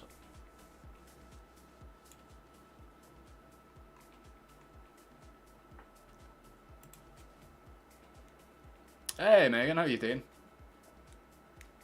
Wait, why is it just went so dark? Did that just go dark? What the fuck is going on? Like, I just had the light and worked fine there. And now it's back to normal. Right, okay, I guess my camera's just doing weird things. It is a new background, what do you think? It's a bunch of different stuff. I've also got the new Celtic away shirt. We're dripped. Mother came in clutch with the early birthday gifts. And because she was like, I might not see you on your birthday at Lamal, here's all your shit early, open it or don't. I'm like, fair enough, might as well. Had some flags and stuff. There's a bunch of things over there as well, like scarves and stuff like that as well, but poggers. I'm doing very well, Megan, how are you doing? Right, fuck this, I need to see if I can fix this before it pisses me off. Give me a second. There we go. I've just turned the entire thing. That should work, right? I've reset it. Thank you very much, Megan. It's cool as fuck, right? I'm very happy with it. Like I like the tricolour. The tricolour is my favourite one, especially because when I zoom in, like if I just kind of lean to the side like this, it's like perfect background image for whenever I'm pissed off, because I could just be like that and then just. But, you know, I literally got them a few days ago, so I just put them up. I'm not ironing them. What the fuck? I know what you mean though. I should realistically put them in the washing and take the wee like squares off it. But I'm not gonna do that. It's cringe. But it shows I'm putting an effort into this channel now. Like, it's not horrible. It's everything's quite good in that regard. YouTube copyright claim. What the fuck? Why have I got an email for that now? Wait, is this on this stream? Alright, it's for an old stream that doesn't even matter. Pause. Oh, how would you rate that first half, everyone? Hart was only conceded 7 this season. He's only faced about 9 shots. It's all well and good, but his overall save percentage in comparison to other goalkeepers, even in this league, Scott, is subpar. In Europe, it's even worse. He has a save percentage of less than 50%. That's not starting goalkeeper in any material, by any stretch of the imagination. I would honestly prefer to have a potato with arms and legs in between the sticks, and it would probably produce a much more professional performance. Like I said, I don't dislike Hart. I think he's a baller, he's a great person and all that good jazz, but he's not first choice. Oh, thank you, the flags are awesome, man, thank you. Really adds a little something. Yeah, it gives it a bit of colour, plus with the new shot and all that stuff. I am officially dripped out for this stream. I made a video last night as well with this background as well. It's not too bad. Good first half. I can see Palmer scoring a minimum of 10 screamers this season. I'm pretty sure he's already scored like 10 screamers this season. How many goals has Palmer scored? I think it's 6. 7 maybe? 6 or 7, I'm convinced. But he's popped up with a couple of assists. That first assist for Palmer, bellissimo. That Yang header was absolutely brilliant. Heading after Blackpool next summer, yes. Last time it was on Central, yeah, the fucking orange walk they did down there. My mum has a pal that's in the lodges, so I kind of seen pictures for how hectic it got down in Blackpool. It was fucking hellfire. But that's what it would be like for me. It'd be like walking into Dante's Inferno. Young's been playing like last season, Jota. Hope he keeps it up. If he keeps playing like that, he will genuinely be one of the most impressive comeback stories this season, especially considering the fact that he started off brilliantly, kind of had that month and a half fall off where he wasn't necessarily great. Then he's had a couple of good performances. The last few times that I've seen him, he's been particularly great, but the build up to both goals has been what's surprised me. Genuinely, it's been impressive for every stretch of the imagination. But I need to check the other score lines. Let me do that very quickly. Liverpool, because I care about them and therefore I want to know what's happening. 1-0 up against Brentford. That's about what I was expecting. Premier League. What other games be partaking? Aston Villa are 2-0 up against Fulham. Brighton are 1-0 up against Sheffield, and West Ham are drawing with Forest. Chelsea and Man City play later on. That is a belter of a game.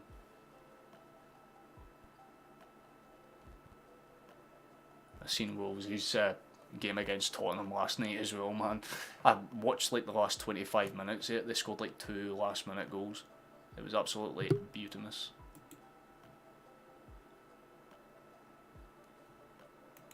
I should probably bring up the stats, right? Like, what are the actual stats? 12 shots, that's good, really good consistency. I'd say it's about, what, 10-12%? I'd say about 10-12% conversion rate. Aberdeen haven't even had a shot on target and they've had less than 20% of the ball. This looks like Celtic v Barcelona, circa 2013, you know? Well, 2012, 2013, you know what I mean, though. Poggers. Well, we've got a few minutes until the second half starts. Let's see what's happening here. Second half pill that goal move, exactly, Joseph. That's the type of shit we'll love to see. So far so good, might open some of the good stuff one game at a time, of course. Keep up the good work. Oh, I appreciate that, man. That's very kind of you. Very kind indeed. Do you think Palmer will have better stats than Jota by the end of the season? That's a good question, to be fair. I'm not sure, man. I think it would come down to whether he gets started as frequently as Jota does, because like the way that we line up, we can usually play with like Maeda, Palmer, but sometimes it's Maeda Yang or Maeda Forrest or like whatever it may be. Obviously, Abada being injured as well. When he comes back, I'd imagine it would be Maeda Abada. So it's a toss-up. I'm not really sure. I think he'll be consistent. I think he'll have that glow-up season, like Jota's loan season. But I don't think he'll be as good as Jota was last season, because last season's Jota was incredible. There's a reason he was sold for 30 million.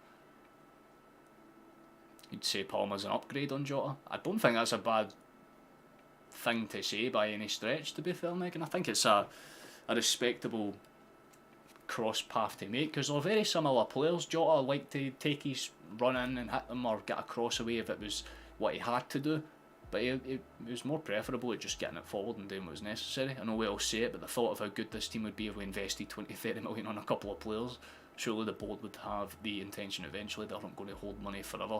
I hope so, because realistically, I even invest on a low enough level, so Celtic should realistically be doing the fucking same thing. So if we make some good signings in January, man, I think we have the potential to actually do some solid damage. But it's a case of who do we invest in and what ages are they?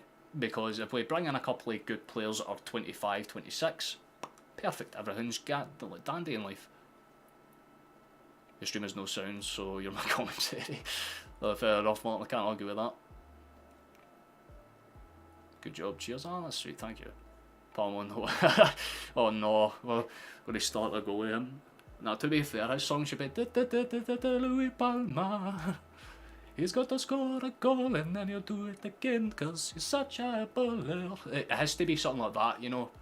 And with his South American heritage, if we do something like that, bellissimo, that's what we need.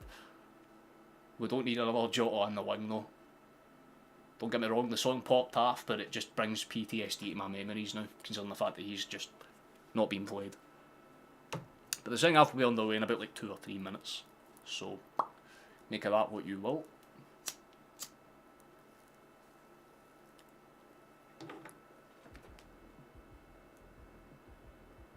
Curious to see if we'll make any half-time changes. That will be the big one for me, if we bring anyone on, because who do we have bench option wise?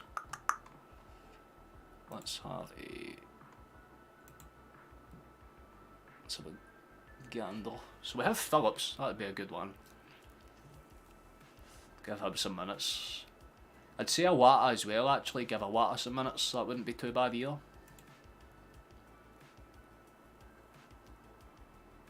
Tour of Liverpool, Bollig, yes. Rangers got Cantwell for 1.5 million. There's players to be found in the Championship that have maybe lost their confidence, but play up here that would get them back to their best. I don't think you're actually too... Like, again, Southampton are a perfect example. You could take, you know, Gineppo, Armstrong. I mean, I would take Armstrong back because he can play on the wings as well. He'd be a very good option for a midfielder too, so who knows, maybe put in a bid for him in January and get that back. 6 million striker, 6 million left back done for the winter window plus the exits, yeah. Past the tip of no query. Query. There's honestly not too much on this one. It's like I said, because of the migraines that I'm having now, I'm not really smoking too much. This one's what I'd call a booth. You know, it's not strong, but enough to function.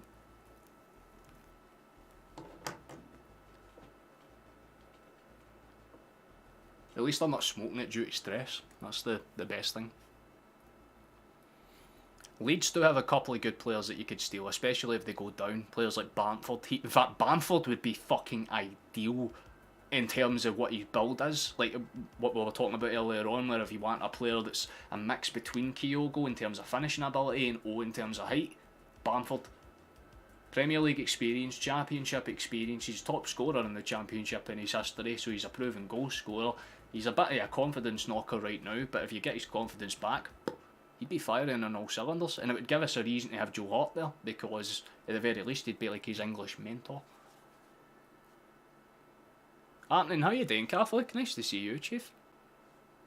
Championship is the bargain bin, no chance. Rather scouting the Indian second division than bringing rejects. But Championship players aren't rejects, they're just players that have faced relegation in a very tough, money-orientated league.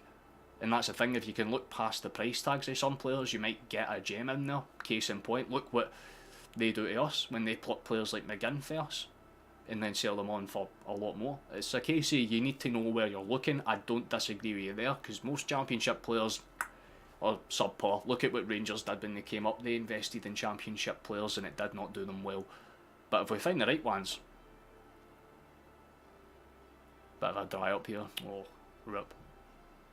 You take Gukamakis back in a heartbeat. A lot of people don't like Gukamakis, but I would take Gukamakis back. I can understand why he was complaining, because he should have had some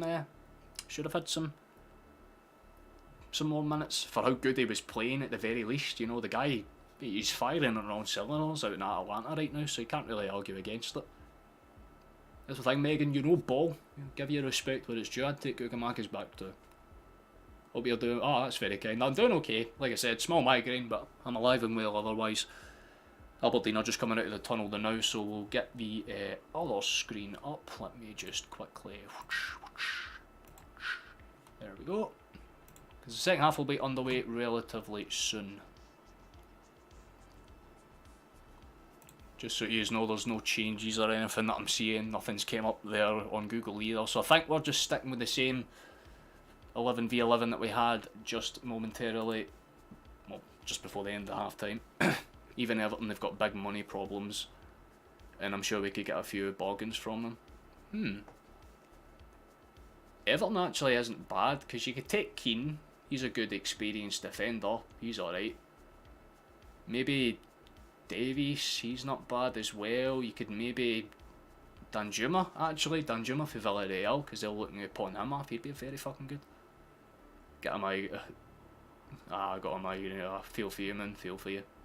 Just don't want to go penny pitching route in the South. Only looking in the same few markets. No, I understand fully what you're saying, Reese. But there are bargains to be found. But I would look in the French division, because there's always cheap French players that are always developmentally sound. You know, we managed to do that with Odds and Edwards, so why not look there again? Rodgers did it before, so he's got connections there too. No problem at all, Milligan. It's just facts though. It's the thing, if you know ball, you know ball. But the second half is underway. Just for those that are aware, Google will tick over when it ticks over. Aberdeen have done the exact same thing that they did to us, and well, we did to them in the first half, I just say, just kind of win it back after kick-off. And the thing is, they'll come out a little bit more aggressive over the next... Matt O'Reilly. That's all you need to say. Perfect. That in itself is the perfect chat. Just Matt O'Reilly. Query.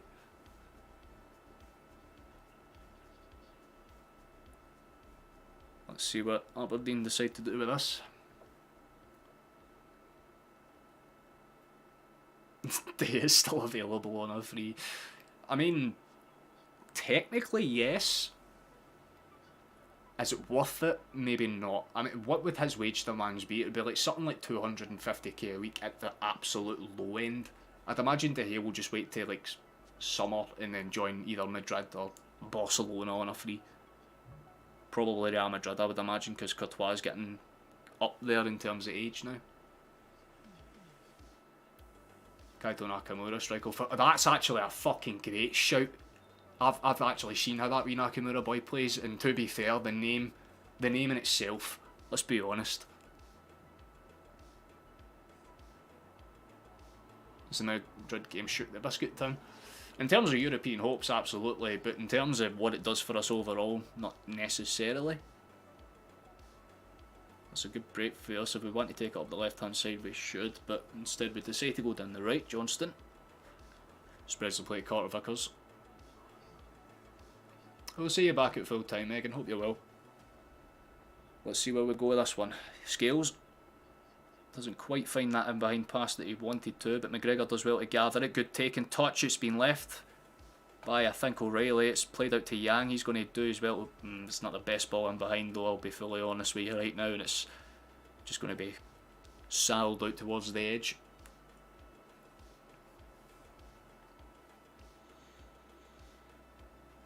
Tell you what, Johnston and Hayes have had a pretty alright battle between the two of them, actually. It's quite nice to see.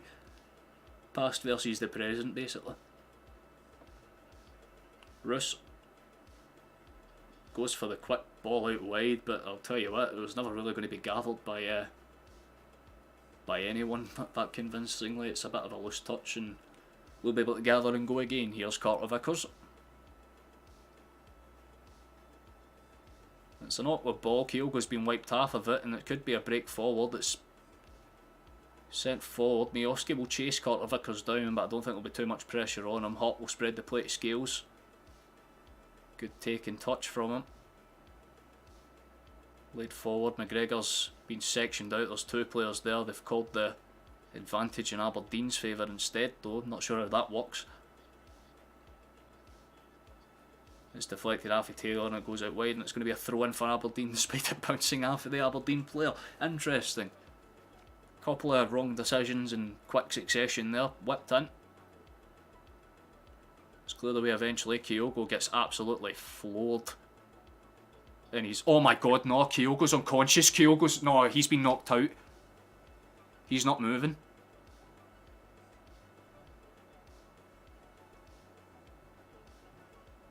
That's not good at all. No, he's stayed down. You know it's bad when Joe Hart comes up to the referee. Look. No, that is not good, man. Kyogo's down. We've already been really fucked over with an injury crisis, but that's bad. Like, no, he's not moved. The Aberdeen player's out as well. Both of them, I think, are unconscious. But Kyogo certainly came off worse with that. The second he got hit, he just went limp. Fuck me, man. Please be okay. I don't give a shit if he's injured. Just fucking get him up, man. Just make sure he's awake.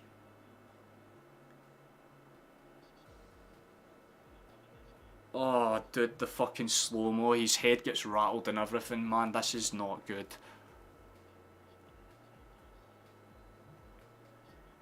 I never like to see a player go down like that, but that is... The Aberdeen player, I'm not sure why he's pretending to be down as much as he is. He did not get hit anywhere near as hard. Fucking charged into him at full speed, basically. Kyogo is... There's no way in hell he'll be staying on the pitch. He'll be coming off. I think he might be coming on at some point, but they need to make sure Kyogo's fit enough to move him, first of all. Thank you, for the compliment on the flags. Yeah, it was definitely warming up to come on. It's highly unlikely Kyogo's going to be able to even fucking walk off the pitch. They might stretch him to be safe, but he hasn't moved.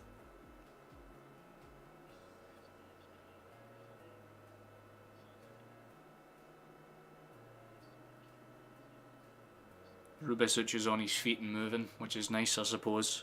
He's the Aberdeen player's gone in the book.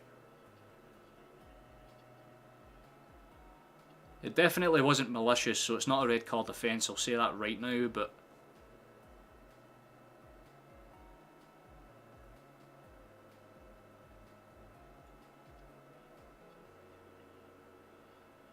well, it's definitely not the start to the second half we would have liked to have seen. The Asian market quite well. Kata Nakamura from Rems as a striker. Sayan Suzuki from... Oh. I don't know who Kairo Matsuki is. That's a name that I've never heard of before. But Sarashat, I know Sarashat. He's a good player. Well, applause round the stadium. I'm cute. Oh, thank fuck. He's on his feet and walking at least. Goes over to Rubicic and Rubicic gives him a handshake and a hug. That's nice to see. That's really nice to see. But you can see it in Kyogo's eyes, man. He's been shook. He's kind of waddling about the place. Turnbull's getting warmed up. He'll be coming on for Odenholm as well. So 2 changes for the Celtic.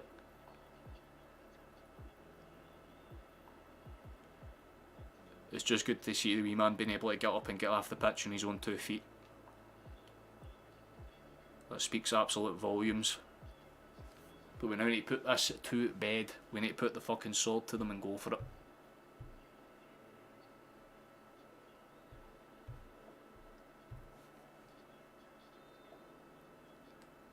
Laid off back behind Aberdeen. They could try and cause some problems. Doesn't quite find anyone. Carter Vickers.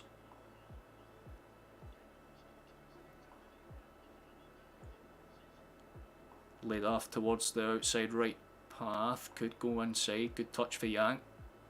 O'Reilly. Not the greatest touch, but he does well because he actually gets to his own pass, technically. Here's McGregor. Towards O'Reilly. It's an awkward one. Touched inside for Johnston. Doesn't get it under control, but it's still very much in our favour. I'm not sure if that's a goal kick or a corner kick, but referee says goal kick. Yeah, no, he was absolutely taking off. Lopez for Marinos, he's a good shout. I was watching that game last night. I was awake at like 5 in the morning watching, like, they were up against like Sarazo Osaka. Or is it Sarako Osaka? I'm not sure. I don't watch Japanese football all that often, just whenever they stream on YouTube. We do have a good opportunity though. Set piece chance for just outside the edge of the area on the right hand side. It's going to probably be an in-swinger, I'd imagine, from Palmer. I'd be surprised if he takes a crack at goal, although I've seen it done before. Does go for the back post, doesn't quite get there, although it's cleared away. Gathered. Turnbull takes it down, leaves it for Yang. This is the advantage of the rotary wingers. Yang's more than happy to play on the left hand side for now. McGregor. Laid off. Johnston, 1-2. Should find some options, does gets it back, and here comes Greg Taylor. Towards the captain, towards Scales, and we can settle shape and try and build for the back again. Good 1-2 to the Irishman, he gets it out towards Palmer.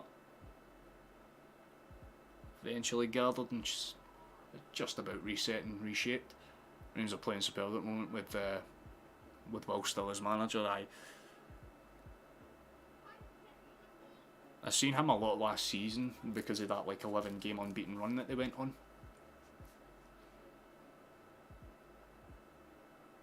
Here's Carter Vickers.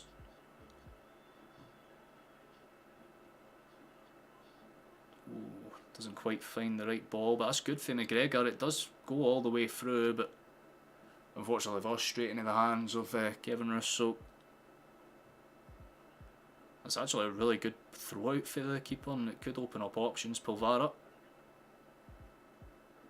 1-2 between him and Devlin. Does get gathered well. Clarkson's done well to keep it under control, and it's spread forward. Hayes might not get there though, and thankfully he won't.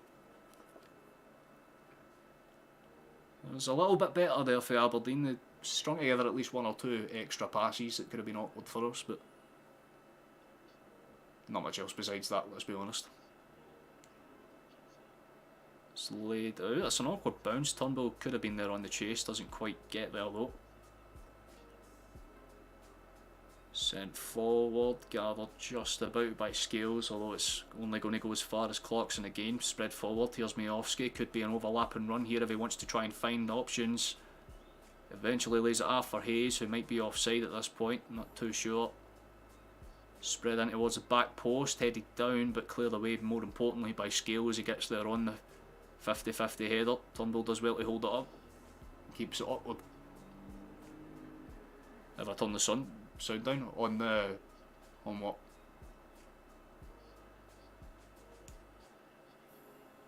On the stream, not necessarily. It might just be the I'm not too sure. Not all my audio stayed the exact same. I haven't turned anything up or down. Yeah.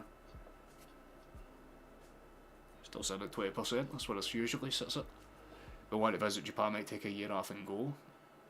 Be staying in Scumty, Celtic country, so no Huns and that. Well, to be fair, Japan is quite open towards it. Like, I mean, not to be too blunt or anything, but like on dating apps and stuff, yeah. If you're a Celtic fan, you more or less likely get liked. They seem to really enjoy Celtic fans for whatever reason, so there you go, I guess. Laid out towards Yang. steps it inside. It should be a foul for us, but the referee decides to waive it. Cleared away, but cannons off of Polvara. Celtic try and break forward, although he's not really going to be able to gather that one as good as the breakaway was. O'Reilly was calling for it as well, but it was never really going to find a way through to him, even if it did. He was going to have a hard time being able to take a touch and get a shot off, and he's surrounded by about 2 or 3 Aberdeen bodies. But we're doing all the things that we need to do. Aberdeen haven't had many chances besides that Hayes chance, actually. That's really about it. They've had 1 or 2 good possession moments, Aberdeen. They're doing better at holding the ball up, but not much else besides that, to be fully honest with you.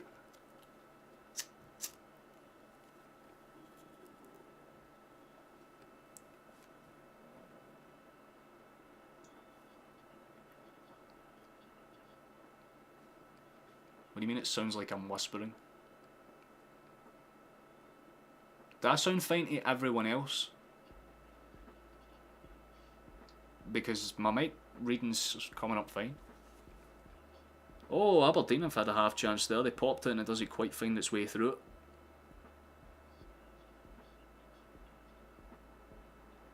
McGregor.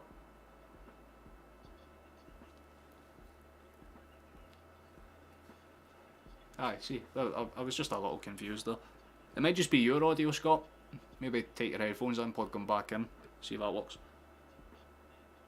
Oh, he's been bundled over there. The referee is not giving us a lot of fouls or leeway for advantages at all. Palmer got literally bundled over there, not so much as a wave on. Carter Vickers. Spread out towards Yang, could find some options here if he wants to take it. He's been wiped out there again. That's finally going to be a foul for us. We 1-1. Maybe might be, Scott, unfortunately. Phone audio can fuck up sometimes. Thank you, Michael, for clarifying. Celtic throw again. Yep. Starting to tire them out though, that's what we like to see. Here's McGregor. Great ball in behind, but cleared away by the smallest defender out the lot of them. Punted in behind. I'll tell you what, there could be a chase on here if he can get there. He does his best to at least make it awkward, but wasn't really going to be able to do too much besides that. Showing that Majovski half chance again.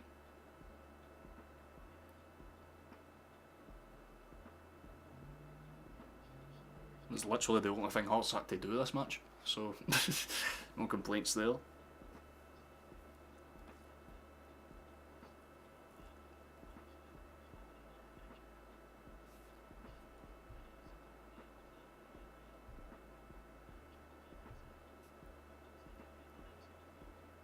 Let's see where this one decides to go. Roos could look for options going forward. Bounces up and around, eventually it's gathered back.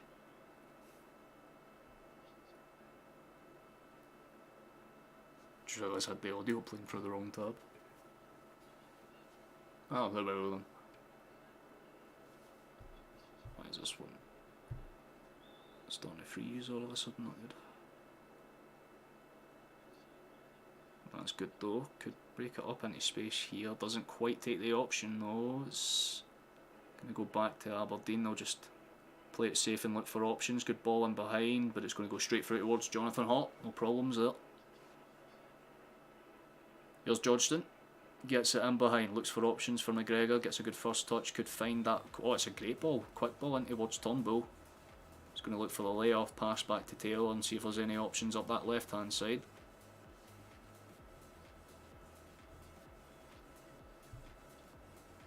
Don't mind the pressure here, but we have to move the ball a bit quicker if we're going to get it in. That was the right idea as soon as I said that. Yang looks for the quick pop over, but doesn't find anyone.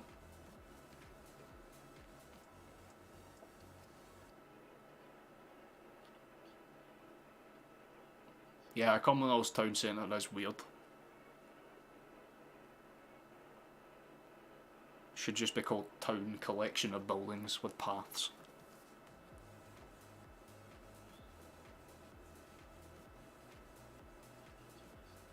Oh, that's a good touch for Palmer. If he wants to move it, does indeed. Gets out to Yang. Quick exchange. Scales, good.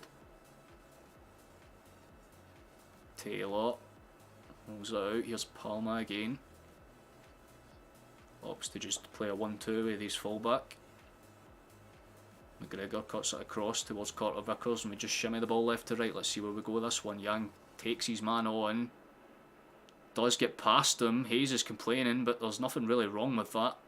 It's not the greatest ball in for Yang. It takes a deflection off of, I think, Jensen there, and it eventually is gathered. But there's 3 Celtic bodies trying to win the ball back against Majovski.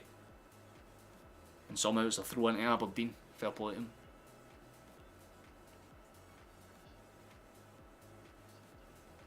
Potentially, Scott. I'd say it's a valid opportunity, valid claim.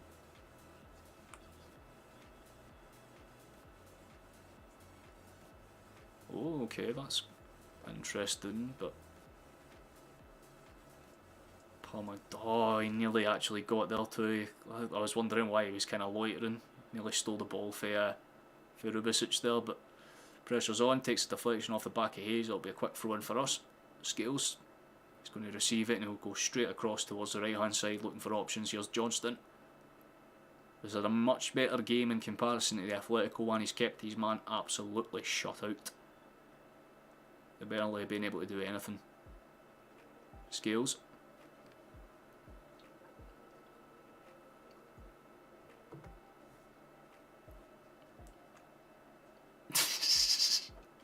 That's actually the best summarisation of Cumbernauld I've ever seen.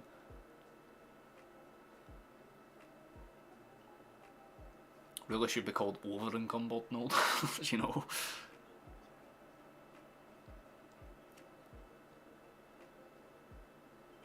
Oh, good touch. If he wants to get there, he'll keep the pressure on. The defenders have messed up and there could be a chance for us to get a third here. It's a shot from...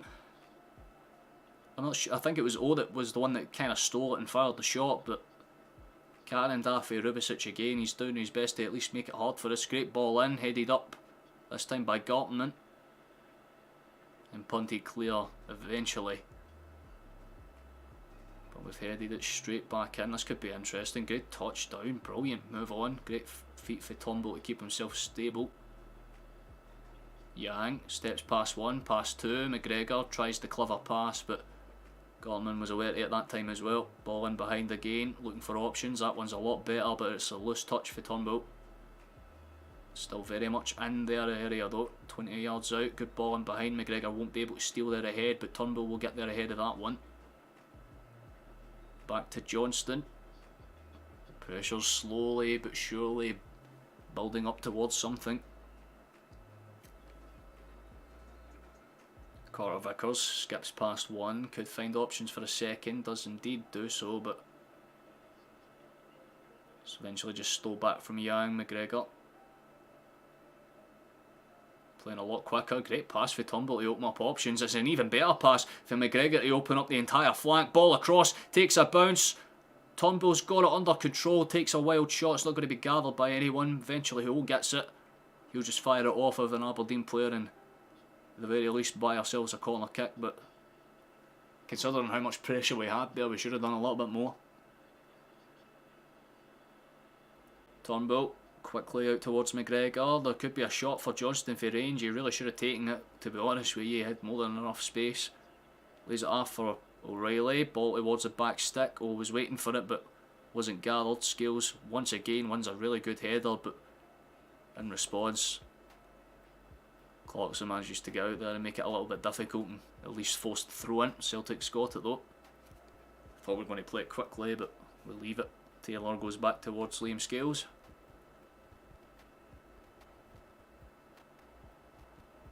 This will probably be about the point in the game where we'll consider making a change or two.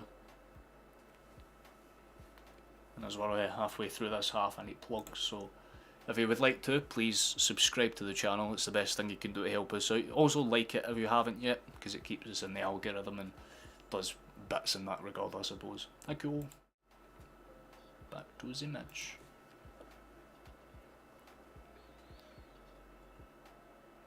Carter Vickers just about heads that one down. It's played back towards Hart. Right idea. Sends it forward looking for any kind of preliminary options. Doesn't quite get it under control, but does indeed gather it. Ball spread across, it's kind of popped off of someone. There are a few shouts for handball. Palmer's kind of claiming it. I'm not sure if they'll go and check VAR or not, but Devlin looks like a guilty party member there. It's played back towards Roos.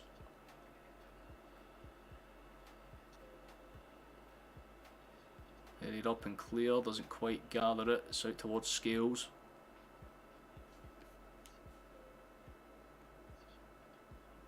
Good stuff from McGregor, gets it into space again. Good ball in behind, and it could have worked out for us there, but it's just about gathered by Galton, and we've kept the pressure alive. O'Reilly wins it back. Aberdeen are trying to claim for something again there. It's quickly played through. There could be options. Great ball in behind. If Yang wants to try and race across, he does force it, but comes off the back of McKenzie, and he's stayed down. He's holding his face. It's a great ball. And Yang, I mean, you commit him to staying towards it, but I think when McKenzie popped himself up, yeah, it's more a double handball there. Comes off like Palmer's hand, then comes off the fellow on the ground, Devlin. How you doing, Crowtails? Nice to see you, mate. Hope you're having a lovely afternoon so far. We very much are here.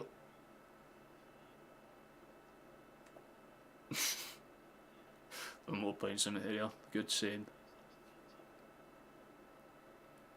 Yeah, well, there's a break for this passage of play. Settle lad.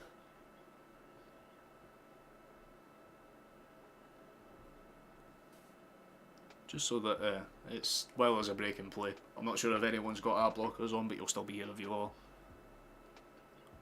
I need to play at least one stream YouTube partnership rules, sorry.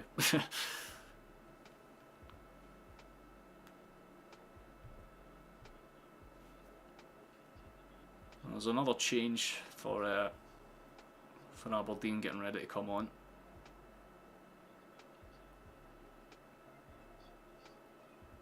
Well, Young's getting up. We've had two potentially concussed players in one game so far, which is always nice.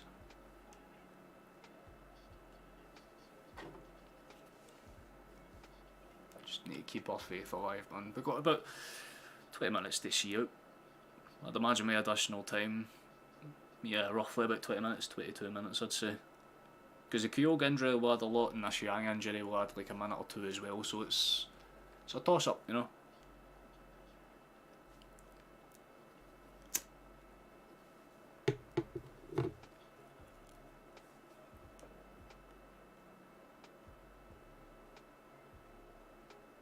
Pavara and Rubisic having words.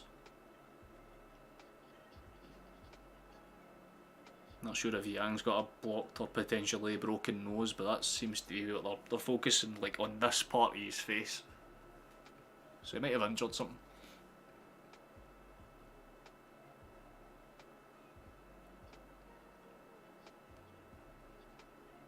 They're either trying to stop the swelling or the bleeding, one or the two.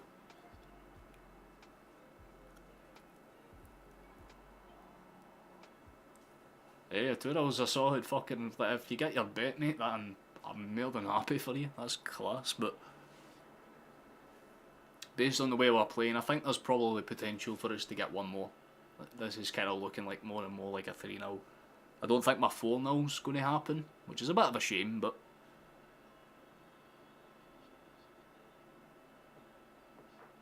I was definitely right about the attitude that we would have coming into this game. It's been nice to see that.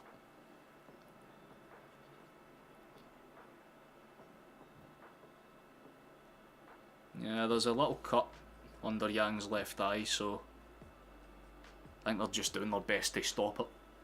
Because it was bleeding, but not too much. It's just kind of like an obvious...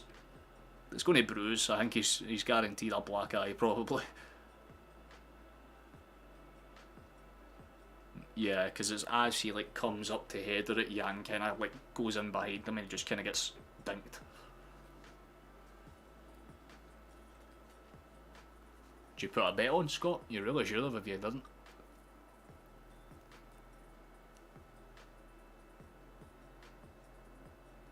There we go, he's up on his feet now at least, that's nice to see.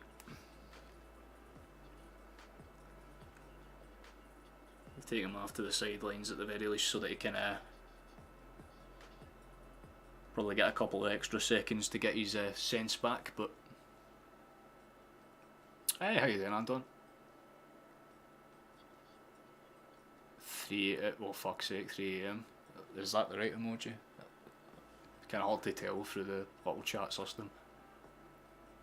Well, the goals, like, the first goal was absolutely beautiful. The first goal was perfect counter-attacking football. Palmer played in a perfect cross after taking on 2 players. Taylor gave him a perfect decoy run. Brilliant left-footed cross, and Yang came across, scored a brilliant header. The second one, very similarly made. Yang, brilliant inside run, beautiful ball in behind. It's a great pass for O'Reilly, and Kyogo just kind of picks it near post. Bruce was very out of position for the second goal, I'll be fully honest. Oh, that was a good chance for us, but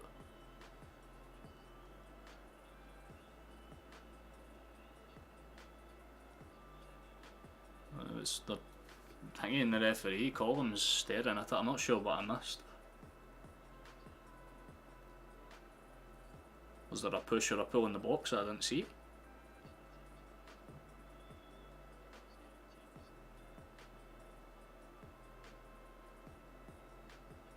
Oh yeah, the trip on O actually. I thought O just hit the shot and fell over, but there's actual contact there. If they do check that, it could potentially be a penalty kick for us.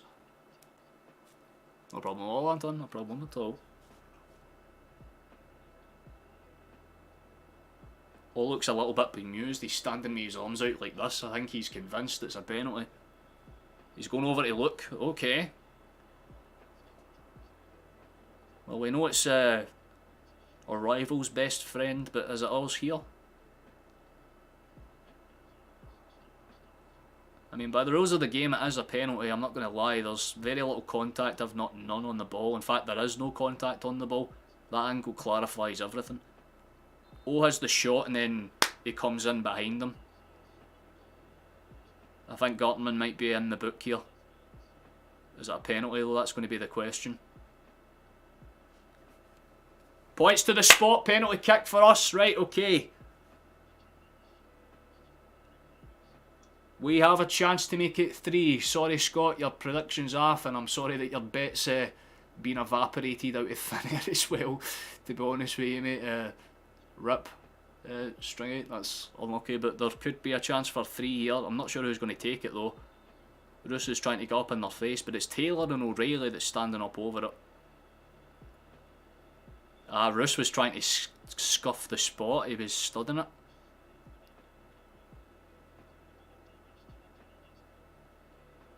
The referee noticed it, thankfully, and told him to get the fuck away. The question is, who steps up for it? Oh, they both left it. It looks like it's going to be Luis Palma. Yep, Roos is in the book for the attempted stud. And that's Palma that's setting up for it. Chance for the Honduran to make it a double for himself as well as an assist. So a very good all-round performance. Steps up. Puts it top corner. It's 3-0. Brilliant penalty for Palma. Roos goes the right way, but it does not fucking matter, even slightly. Beautifully placed. We are cruising. 3-0, gentlemen. Maybe the 4-0 prediction is back on. Calm and control penalty. Roos does very well. He goes the right way, gets his body out, but doesn't really commit to it, and Palma just makes sure that that's high enough that the keeper can't really do much. I wouldn't really call that top corner, but halfway up the goal, I'd say. Very, very good penalty, though. The boys in cruise control. And I'll tell you what, Jota's looking like less and less of a problem every single week. This boy is good. I think he only cost a couple of £1 million.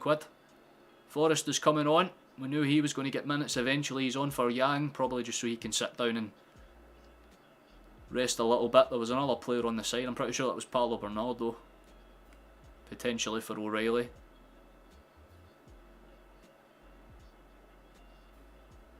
Oh, it's the number 25. Ooh. Taylor's off. So that's interesting. I think that was Burnaby.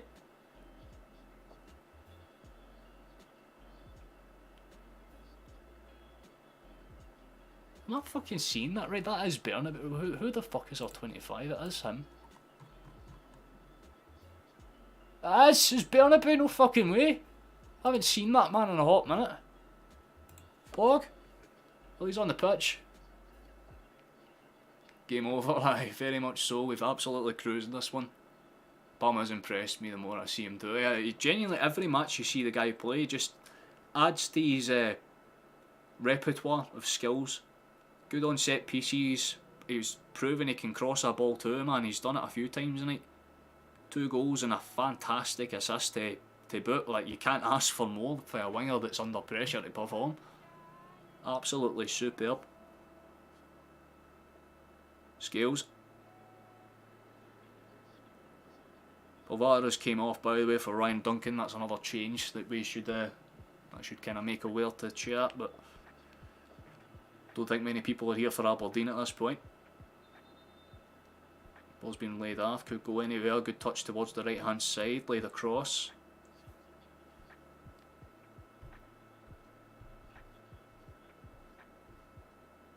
Probably not heard this all you're playing, to be honest.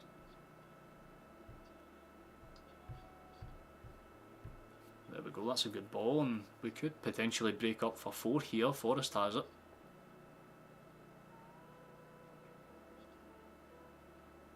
Johnston laid off for O'Reilly. Good shimmy, back to Forrest. Johnston, Forrest again. Here's David Turnbull. He can't hit him for range, but he opts to let it back towards Carter Vickers. Good touch for him. McGregor, good 1-2 touch as well. He's going to run it into space, rolled back across by Forrest, and I tell you what, it's actually a really good pass. Scales. Carter Vickers goes back towards the Irishman. He'll send it forward looking for anyone. Doesn't quite find them though. It's just headed forward and there could be some pressure. Here's Duncan, wins the first header. Can my stomach actually snoop? Maybe Bernard might work better with a Spanish speaking player to link up with. That maybe could be genuinely the case, to be honest. It might just be an experimental thing. We found a new penalty taker. Seems so. It was a very clean penalty. They've got Duke and I believe that's Ferguson warming up to come on. Shinny's coming off. He's been very quiet since like pretty much after the 15th minute. I haven't really mentioned them much. What a name. We'll never sell a club for £1. Yeah, adjusted for inflation, that's like £1.68. What are you talking about?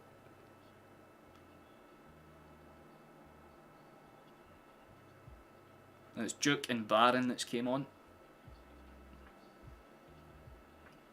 McGregor's going to be the last player to come off for us. Carter Vickers takes the temporary captaincy for the final 10 minutes or so.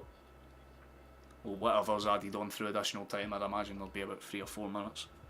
But Tomoki Iwata's the one that's came on, so let's hope that he can have an impactful 10 minutes. He'll probably just come on for the sake of having energy in the midfield to chase down loose balls. That's basically what McGregor was doing the entirety of the second half, and he did an excellent job of it, might I add. Every one of the players today have been great. Not a single bad performance to speak of. Even the substitutions that have came on have done exactly what's necessary. O's came on, won a penalty. Absolutely no problems with that. Forrest is doing his best to get involved in every counter-attacking play. No problems with it at all. Even Bernabe, he's only been on the pitch 5 minutes, but he's trying to get on the ball as much as possible. It's about consistency for us, and we're doing all the right things to suggest it. Aberdeen do have a throw in for about 35 yards out, I'd say. I mean, it's within range to go for a long throw if that's what they choose to do. And it might be their only play.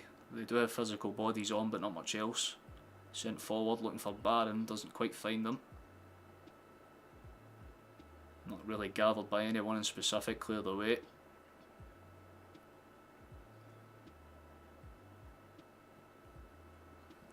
Not the greatest touch by Duncan, but it's stole back just about by Rubicic. Good tackle for the big man. Can't really argue with that. Last call if you want to help me hit the sub goal for today's stream, 1025. That's what we set it at, so if one more person could do us a solid, that would be bellissimo, thank you. Aberdeen don't win that one. That should be a throw-in for us, but... No, okay, it isn't. It might have came off a Palmer's leg. I'm not too sure, but it's been played on immediately, and Aberdeen might have a chance here, a half chance of some sort. It's a loose ball though, and that's going to frustrate any Aberdeen fan that's still somehow in the stadium at this point. It was a great pass, but he just kind of let it run through his legs for some reason. Not the smartest thing I've ever seen.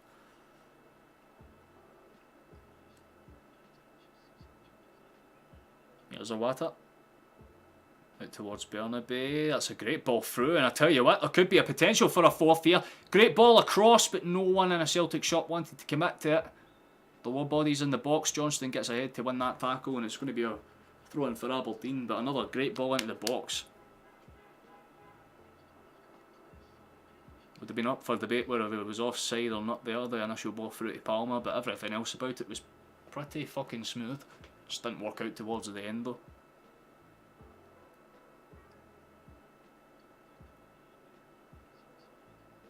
Not too much time left for them to get a result out of this yet, but we've seen wilder things happen in football, you never know, but I highly doubt Aberdeen are realistically going to get anything more than maybe a chance. Be very, very surprised if they have a momentum swing now. But considering the fact we had to respond to Rangers' result earlier in the day, this is as fine as an example as how to respond. Oh, here's Johnston for the edge of the box. Oh! We usually see a 1 or 2 half attempts for him a game, and that was a good example of it. Hits it on the left foot, but unfortunately the only reason that would ever be considered a goal of any type was if he was playing rugby.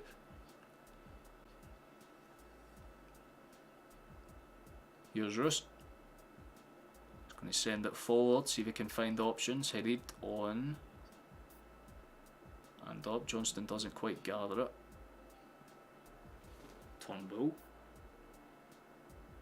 Laid across. Could find options there if he wants to take it. That's good. Go on. Oh, fuck off. Why would you go back there? I mean, I get it, but there was like 2-3 bodies in the entire right hand side of the field there. They go up the right hand side now. Forrest has it. Pings it quickly back in. Johnston, Carter Vickers. Good step in for the American, and it's an even better touch on. Rolled off, good feet. Oh my god, this is really nice for us. Finds a way through everyone. It might have taken a nick off an Aberdeen body, and it should be a corner kick, but Palmer looks as bemused as everyone else. The ball through Phil O'Reilly was nearly special, man.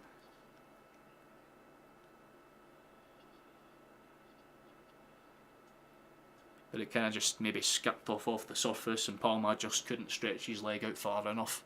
If the man was 6 foot, he was probably getting to that. Sent forward.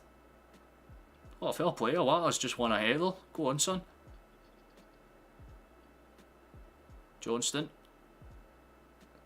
Carter Vickers. Good lay-off pass. That was really good, considering the fact he was under a good amount of pressure for me off skidder. Burnaby. Good ball back. Well, he's been taken out of that. Should be a foul for us, but instead it's... No, it's a foul for us. There we go. Good. Well, we've gone for the long ball, and I tell you what, Palmer's continued the chase, and he's going to get there. He could go for the quick cross, but he opts to just take a run and gamble inside. It's going to take a pop off of Aberdeen. It should be a throw in for us. It is, yep. Palmer collects it, puts it back towards the Argentine. Where's Burnaby going to go with this? Lays it off for Turnbull. Good ball over the top. It is gathered, but not really well by Aberdeen. It's even better for a while. I tell you what, he's waking up as well. Might only be playing on the pitch for 10 minutes or so, but he's intent to make a mark. Good win for him. It's ball in behind. Oh, it could be 4. Good tackle. Really good tackle for Rubicic though.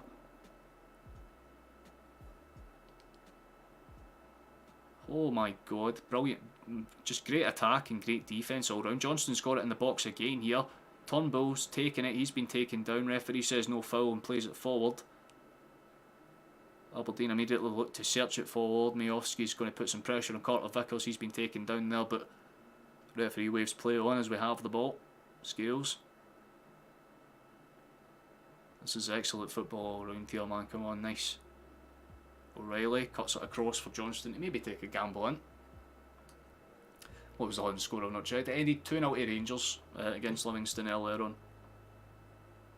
Oh, that's good feet for him. Lays it off for Johnston, or at least tried to, but Hayes cuts it out. Or does the right thing to steal ahead and cut it out. Was that my fault? Off. Laid off across. Johnston doesn't quite take the correct touch, although it's a good ball out wide and it might work out. It's headed up. Oh, will try his bit. How the hell has he managed to get a touch there? It's somehow ended up in a Celtic shot. Really confused how Aberdeen's defence let that one happen. Another great ball in behind. Here's Palma if he can get there. Another great tackle for Aberdeen, and they're going to force it out for a corner.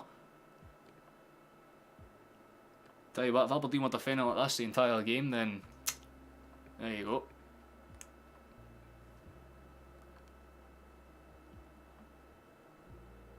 Just heading on to the 89th minute, corner kick for Celtic. Palma towards the back stick. It's headed down, it is bouncing around, it's punted up and away. Excellent first touch for David Turnbull though. Does his best to make it difficult, cuts it out for a throw in for Aberdeen, but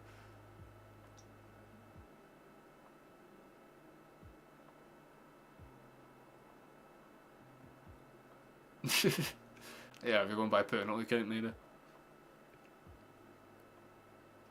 Yeah, no, I mean, even with that, Rangers did deserve to beat Livingston. It'd be hard to argue against it. They were much the superior team. Very similar to this game. Like, Celtic have just done all the correct things. Nothing, not a single foot put wrong, really. A couple of loose passes here and there, but that is literally it. That's the complaint. And considering the fact against Atletico, I was trying my best not to have a fucking aneurysm. This is much more nice. I like being calm. It might not be good for views, but I don't care. I'm much happier like this. Russ is going to send this one forward.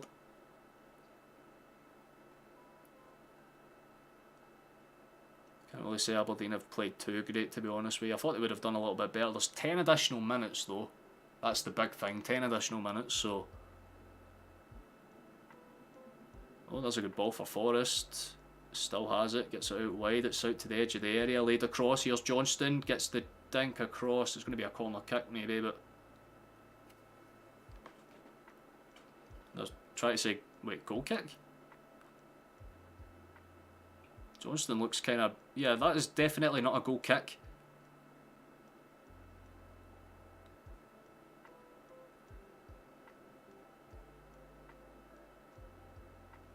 Roger just tells him get up and get a one, mate.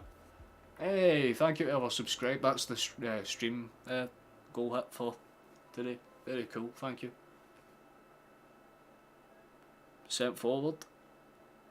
Oh, that could actually bounce through. No, Aberdeen player wanted to take the gamble and run through on it though, which works out for us. Bar, and we'll put some pressure on Carter Vickers, but not much else.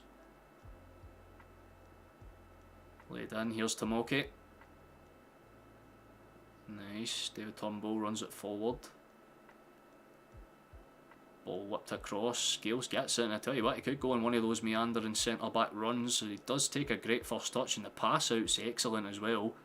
Skips past one, gets it into two. There could be a shot for range, and Turnbull can hit them! He does hit them! It's 4-0! David fucking Turnbull! The long-range specialist off the inside of the near post and in. What a goal! That might be the finish of the game. It's over and done with. Beautiful work. And again, Palma from the wing. Steady touch, gets it in. Beautiful ball. Turnbull takes a touch to set himself and just catches Roos out. Sets it to make it look like he's going far post, but just can't. Oh, that is beautiful. Kisses it with the right foot between the legs of Rubicic, and it takes a lovely dink off the post. It is over, gentlemen. Saving the best to last. Beautiful counter attack, beautiful pass, beautiful finish, beautiful football. Couldn't ask for much more. And guess what?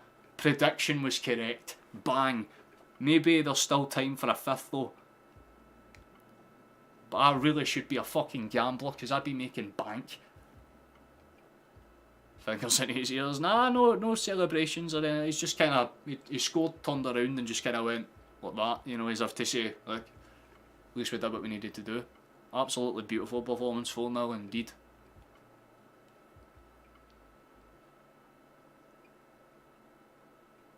Honestly, should be his middle name, Paul, let's be honest. David fucking Turnbull goes hard. Oh, there could be a fifth. And towards Forrest, who just couldn't keep it down. And I tell you what, that was much harder than Turnbull's chance. Forrest, at least Forrest's having a laugh about it. He kind of looks up into the sky while kind of chuckling to himself. It was a brilliant ball in behind. David Turnbull all of a sudden just switched it on. It's a beautiful ball in for O'Reilly. And tell you what, Forrest maybe should have done a little bit better with that in hindsight.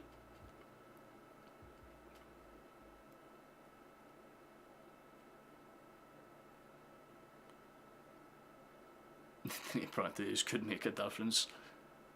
We don't really need to worry about scoring for corners as long as we're scoring for corner type plays.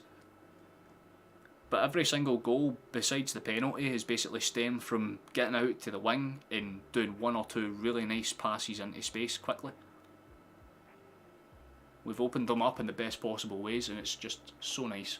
Absolutely perfect, man. Carter Vickers spreads the play across towards Scales. About 5 minutes left or so to play. David Turnbull's apparently the top goal scorer this season. In fact, all top goal scorers are on 6. Tavernier has 6 and you've got Kyogo, O'Reilly and Turnbull. Here's Scales. Out towards Wata, who does take a good half pop in. It's going to bounce off and bounce out wide, corner chance for us. Great stuff, keep up with the good. Oh, thank you very much, man, that's very kind of you. Very easy indeed, Hillary, very easy indeed. I thought Aberdeen were going to capitulate today. I mean, I said it at the start of the stream, the prediction was spot on. I knew that regardless of what happened, Aberdeen weren't going to fire on all cylinders. They'd know they'd have to play the counter-attacking game, and Celtic have just perfectly, and I mean this seriously, this is the best performance we've seen this season, especially after one of the worst performances. To back it up with one of the best, when you consider the injuries, when you consider the players, when you consider the fucking stamina that they might be playing with right now, every single fabric of what could have gone right today has. And just to sweeten the pot, I've managed to get the prediction right as well. Splendid. Feed the bull and he will score, absolutely, man. The guy can hit them for range. That's why I like him playing, and like rather than playing like on the right where most people kind of prefer him. I like when he plays on the left as a deeper midfielder, because it means if he does get it for range, more often than not he'll see the space to kind of have that half crack. Can't say the boys have put a single foot wrong though. We're doing the best to just kind of stifle it. Scales is spreading the plate. Rolled in and it could... Oh my god, it could be 5! It's 5! It's 5 fucking no! Og scores a brilliant header for a beautiful ball from the left hand side. Palmer again, man. Oh, cuts ahead of... I'm pretty sure it's Jensen that's trying to mark him out of the game there. And oh, manages to slope it in. That is just brilliant. Oh, it's magic. Beautiful. Absolutely fucking beautiful. It's almost as on cue. Beautiful timing, Jock. It's a 5-star performance. I think it basically summarises everything. Even the substitutes are scoring now, man. I was expecting a good performance, but this is fucking knockout football right here, man. Absolutely beautiful. Robson will be raging, admittedly. I feel a bit bad for him. But if you try to sit back and defend, that's usually what happens. Absolutely stunning, man. And anyone that did make the trip to Celtic Park will be a very happy boy. I kind of regret not going to the game now. But at the same time, I'm happy that I brought it for you guys. Loving it, absolutely, Chateau, man. Absolutely. Fuck yeah, we needed this. Again, there's no better feeling than responding with a 6-0 loss with a 5-0 win. And not just that, Aberdeen are a very good attacking side, and we just kept it clean and composed. Yeah, String was... he made 2 predictions, he made 2-0 and 5-0. Like he kind of had both sides of the coin. There could be a chance for Aberdeen to actually get one here though. Hold their tongue, Duke's got it. He's going to try and cause some problems. A little bit of composure for Celtic there, just to kind of stifle the ship. But got about a minute left, bloods. Glad you didn't bet for that. Redemption at least. Should have kept my mouth shut, man. Oh my god, it could be 6! O's in behind! It's 6 fucking no! What a performance from the boys! Get it up ye sheep shagging bastards. Back up the road. Up ye's. We love to see it, man. Fucking 6-0. Perfect ball through. It's the first time the wings haven't really been involved, but O made the run from it, and again, it's that near post that catches Roos out. Lovely ball from Palmer. Like that guy has 3 assists and 2 goals this game. And O off the bench gets a double. And this is why I say that we shouldn't worry about having a backup striker. O is solid when you give him minutes. Absolutely fucking brilliant, man. I stand by what I said a few moments prior. Best performance of the season by miles. Responding with a 6-0 loss, with a 6-0 win is about as good as you can get. Google will probably fix itself in a moment, but I can assure you it is 6. Absolutely fucking pure, man.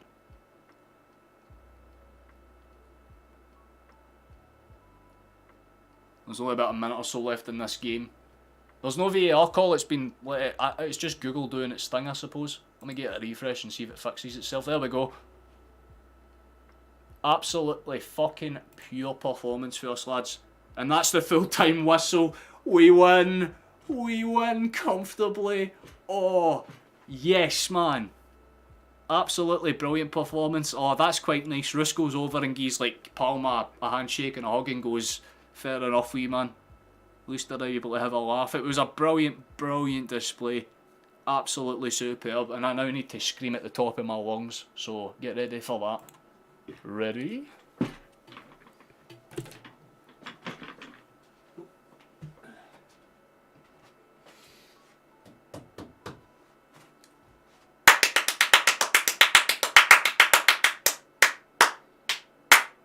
Fucking yes! Get around you! Beautiful. Beautiful performance. Absolutely superb. But that is full time, everyone. So if you're here just for the result, you've gotten it 6-0. Absolutely pristine, man. There'll be fake fans that will complain about the game. There is nothing to complain about with that. We popped off to a high extent. There will not be a better performance than that until the end of this year at the least. Honestly, 6-0 against Aberdeen is relatively hard to do, but it's even better when it's under the circumstances that we've been put under. You know, we haven't got our full starting 11, a couple of injuries here and there, and we're still popping off, man. 6-6 aggregate for the week, so technically it's not as bad as it could have been. Oh, that's very kind of you, Michael. Thank you very much. Yeah. So yeah, we just popped off. How you doing, Stu? Nice to see you, Chief. Beautiful, man. Absolutely beautiful. Don't think anyone predicted 6. I don't think even Celtic would have predicted 6. Aberdeen just capitulated. I mean, what were the full-time stats? That is just consistency at its best, man. 6 fucking goals for 10 shots on target. Man. Well, this is... Have a look, gentlemen. Have a look. Have a gander. We're leading very comfortably. Aberdeen are down in 9th place, which isn't good for them, although they have the advantage of being like a game or two behind in games played. But Celtic extend their gap back up to 8. Love to see it. I am a happy boy, man. Very, very happy boy. Could not have asked for a better fucking half of football than that, man. Just came back to say the Palmer Prum half-time statement. Aye, he's an upgrade on Jota. He's absolutely gorgeous as well. To be fair, aye, I'm a male and I'm half tempted, not gonna lie. Absolute fucking baller there, boy. But was it 3? Aye, it was 2 goals, 3 assists. Aye. Aye, no, it was, 2 goals, 3 assists. They had an absolute brilliant performance.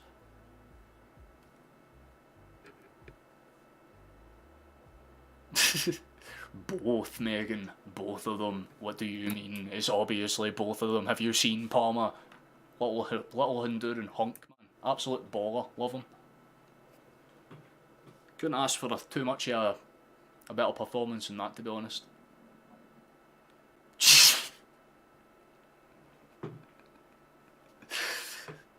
I just read that at the fucking... Can't argue with that, Megan. Can't argue with that. You've got the looks to pull it off. Maybe go outside Celtic Park and wait on the players coming out. You might have a chance. Hope Aberdeen don't play like that against Rangers. If they play like that against Rangers, chances are they're going to get scudded about 3 or 4. But Aberdeen defensively weren't actually that bad. They just didn't really shut out shots, and that was their issue. Like, if they could have done the basics a bit better, they could have frustrated us a lot more. But everyone unanimously agreed that we needed to come into this game and go for it, and we absolutely did from the first whistle, which is so nice to see, because usually it's either we get one half of good football and a second half where it's just we take the foot off the gas and kind of lay back and go, it's whatever. But today, from the first minute to the last, we just went for them, went for the throat and did what's necessary, and it's just, whew. No problem at all. I don't know if you know this, by the way, but I responded to you on Instagram, but I know that you have like 400 quadrillion messages at any given time, so just thought I'd give you the heads up there. But it's genuinely an impressive performance. It's so hard to pick a man of the match, but I have to give it to Palmer. I was going to give it to Yang at half time, because at half time Yang genuinely was the more impressive player, but my fucking god, how good was Palmer, man. He is just... I mean, I was one of the people that was like, yeah, he'll be one of those players that might grow into the role, but he's not going to be an out-and-out replacement for Jota. I have been proved wrong time and time and time again. Yang's injury looked bad. It looked as if it was bruised straight away. Yeah, it's what I'd call a jawbone bruise, because you could tell based on the way that the guy came up and kind of collected him. It was one of those kind of bastards.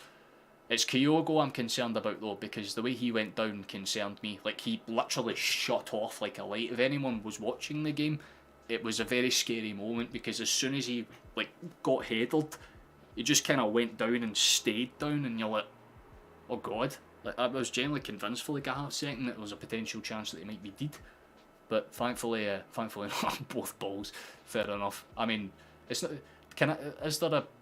I don't know. Maybe there's something in the Kama Sutra that's like, aye, you can fire off just one specific ball. That, or you have to stick your like cancer. But Palmer's too pure of a being to have cancer of any type.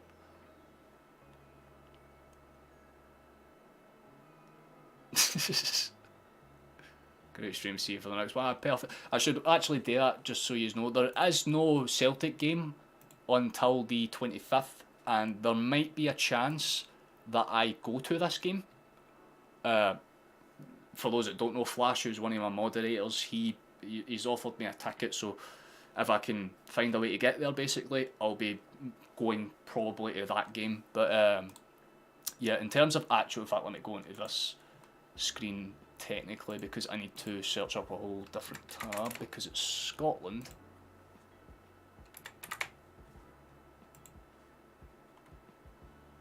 Because the next two games are international fixtures, which are these ones here.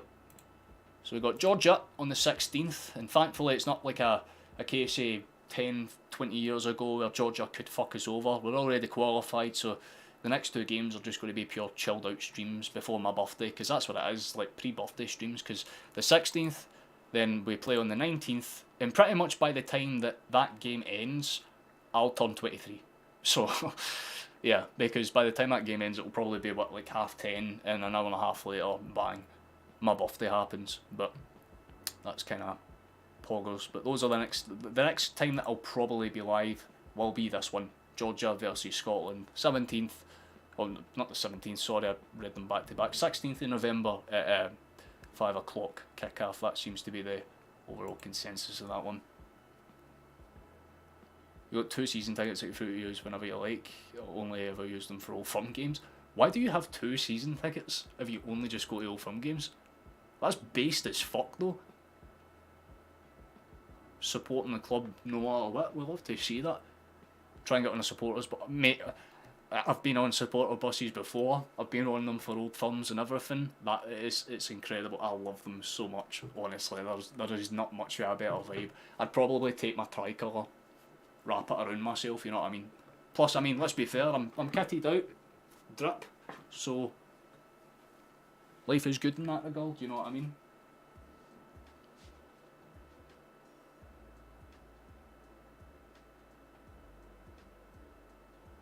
Ah, right, okay, I was wondering what all this music issue. You're always travelling the country. I said perk, it probably would be the perk of your work, to be honest. Like, I mean, don't get me wrong, my job basically just entails me sitting here and being funny for 2 hours, and that's about it, but nah, I have a lot of respect for people that do the stuff that you do, to be fair. It takes a hell of a lot of fucking balls to do it in any aspect, so respect. I've been to a few places down in England though. I've been to Kent, I have been to Newcastle, and I have been to, what's it called again? Fuck, my brain's gone. Petersburg. Petersburg, yeah. We stayed there for a couple of days when we were going down to Kent, because believe it or not, when I was younger, there was an actual chance that I could have been raised in England, but thankfully that never happened. And I mean, thankfully that never happened, because I'm one of the most patriotic motherfuckers to ever breathe air, so yeah, glad that I'm not one of those people, thankfully, but nah, it's weird, definitely weird, but I'm quite fucking happy with it. Next time that we'll be live, like I said, will be that game there, but if you've got any more questions, or if you've got anything else you'd like to ask, or influence or respect, exactly fucking it, man. From one creator to another, well done. To be fair, if I had 200, 300,000 odd followers, I would probably be quite happy with that regardless, you know what I mean? And hey, you use every advantage and every power to do it, you know what I mean? I use my voice, and I use my sarcasm to get people to come in here. You use your looks, and that is a hell of a thing to be able to do. So, like I said, I ain't got no quarrels with it. Just woke up from the night shift. Gives a final score, pal. Absolutely, here you go, mate. I think you're going to be quite happy. We fucking popped off, my guy. Absolutely decimated them, Michael. Comfortably 6-0. O came on off the bench, scored a brace. Palmer was brilliant, 2 goals and 3 assists. We popped off in every aspect of the day, mate. Like, there was nothing we can put wrong. I'd still stand by Palmer being man of the match, but there was no one that played bad at all. Like, Johnston was brilliant, Hart was convincing. He didn't really have much to do the day, but he commanded his box quite well.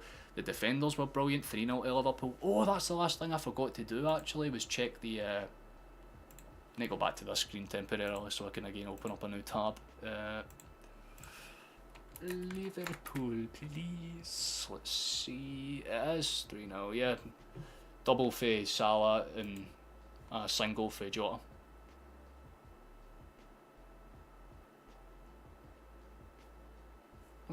That's the thing, Megan. You're not the type of person that I would expect to come onto my type of stream. You know what I mean? Like, I don't even expect females to come onto my stream. Football's a relatively masculine thing. So the fact that you come into this chat, but it's not just the fact that you're engaging with people, it's the fact that you're an incredibly, like, ball-knowledged person. You know what you're talking about. That's perfectly fine. You take it easy until I hear from you, man. It's lovely to hear from you, though. Absolutely nice. Yeah, Michael, fucking yes indeed. We popped off. We absolutely did what was necessary. I'd still stand by it. Parma was that might be one of the performances of the season. That's one of the performances of all time, you know. But can't really say anyone was bad. No one was awful. McGregor, brilliant. O'Reilly, brilliant. Turnbull off the bench, brilliant. Palmer, excellent. Yang, excellent. Forrest came on, he was excellent too. Even Burnaby, who hasn't played a single moment a minute this season, came on the pitch and that just settled straight back into the routine. It was a team performance. That was the big thing. Usually it's like Celtic will have players that play well, but it's an individual that carries the ball. Today it was a team performance, and I am so happy with that. So again, for those that are watching this live, thank you very much. Very kind of you to come along. It's usually very rare that I get to enjoy myself. Great stream. Oh, thank you very much, Stephen. That's kind, man. Most of my fans chat about football, so I took the time to learn all about it to keep it. Oh, that's marketing brilliance, by the way. Jesus Christ. Wait, does that mean I need to like learn the names of like OnlyFans models and stuff like that then? Wouldn't be a bad research opportunity. Again, I'm one of those people that can look at naked people and be like, oh, cool, interesting. But you enjoy the rest of your night. Oh, we need to get ready to wrap this one up to... What time are we actually on? Yeah, okay, right, I'll stay live for another 5 minutes or so. If you have any more questions, if anyone's lurking and would like to pop up with an interesting one, catch you after, and you have a lovely night.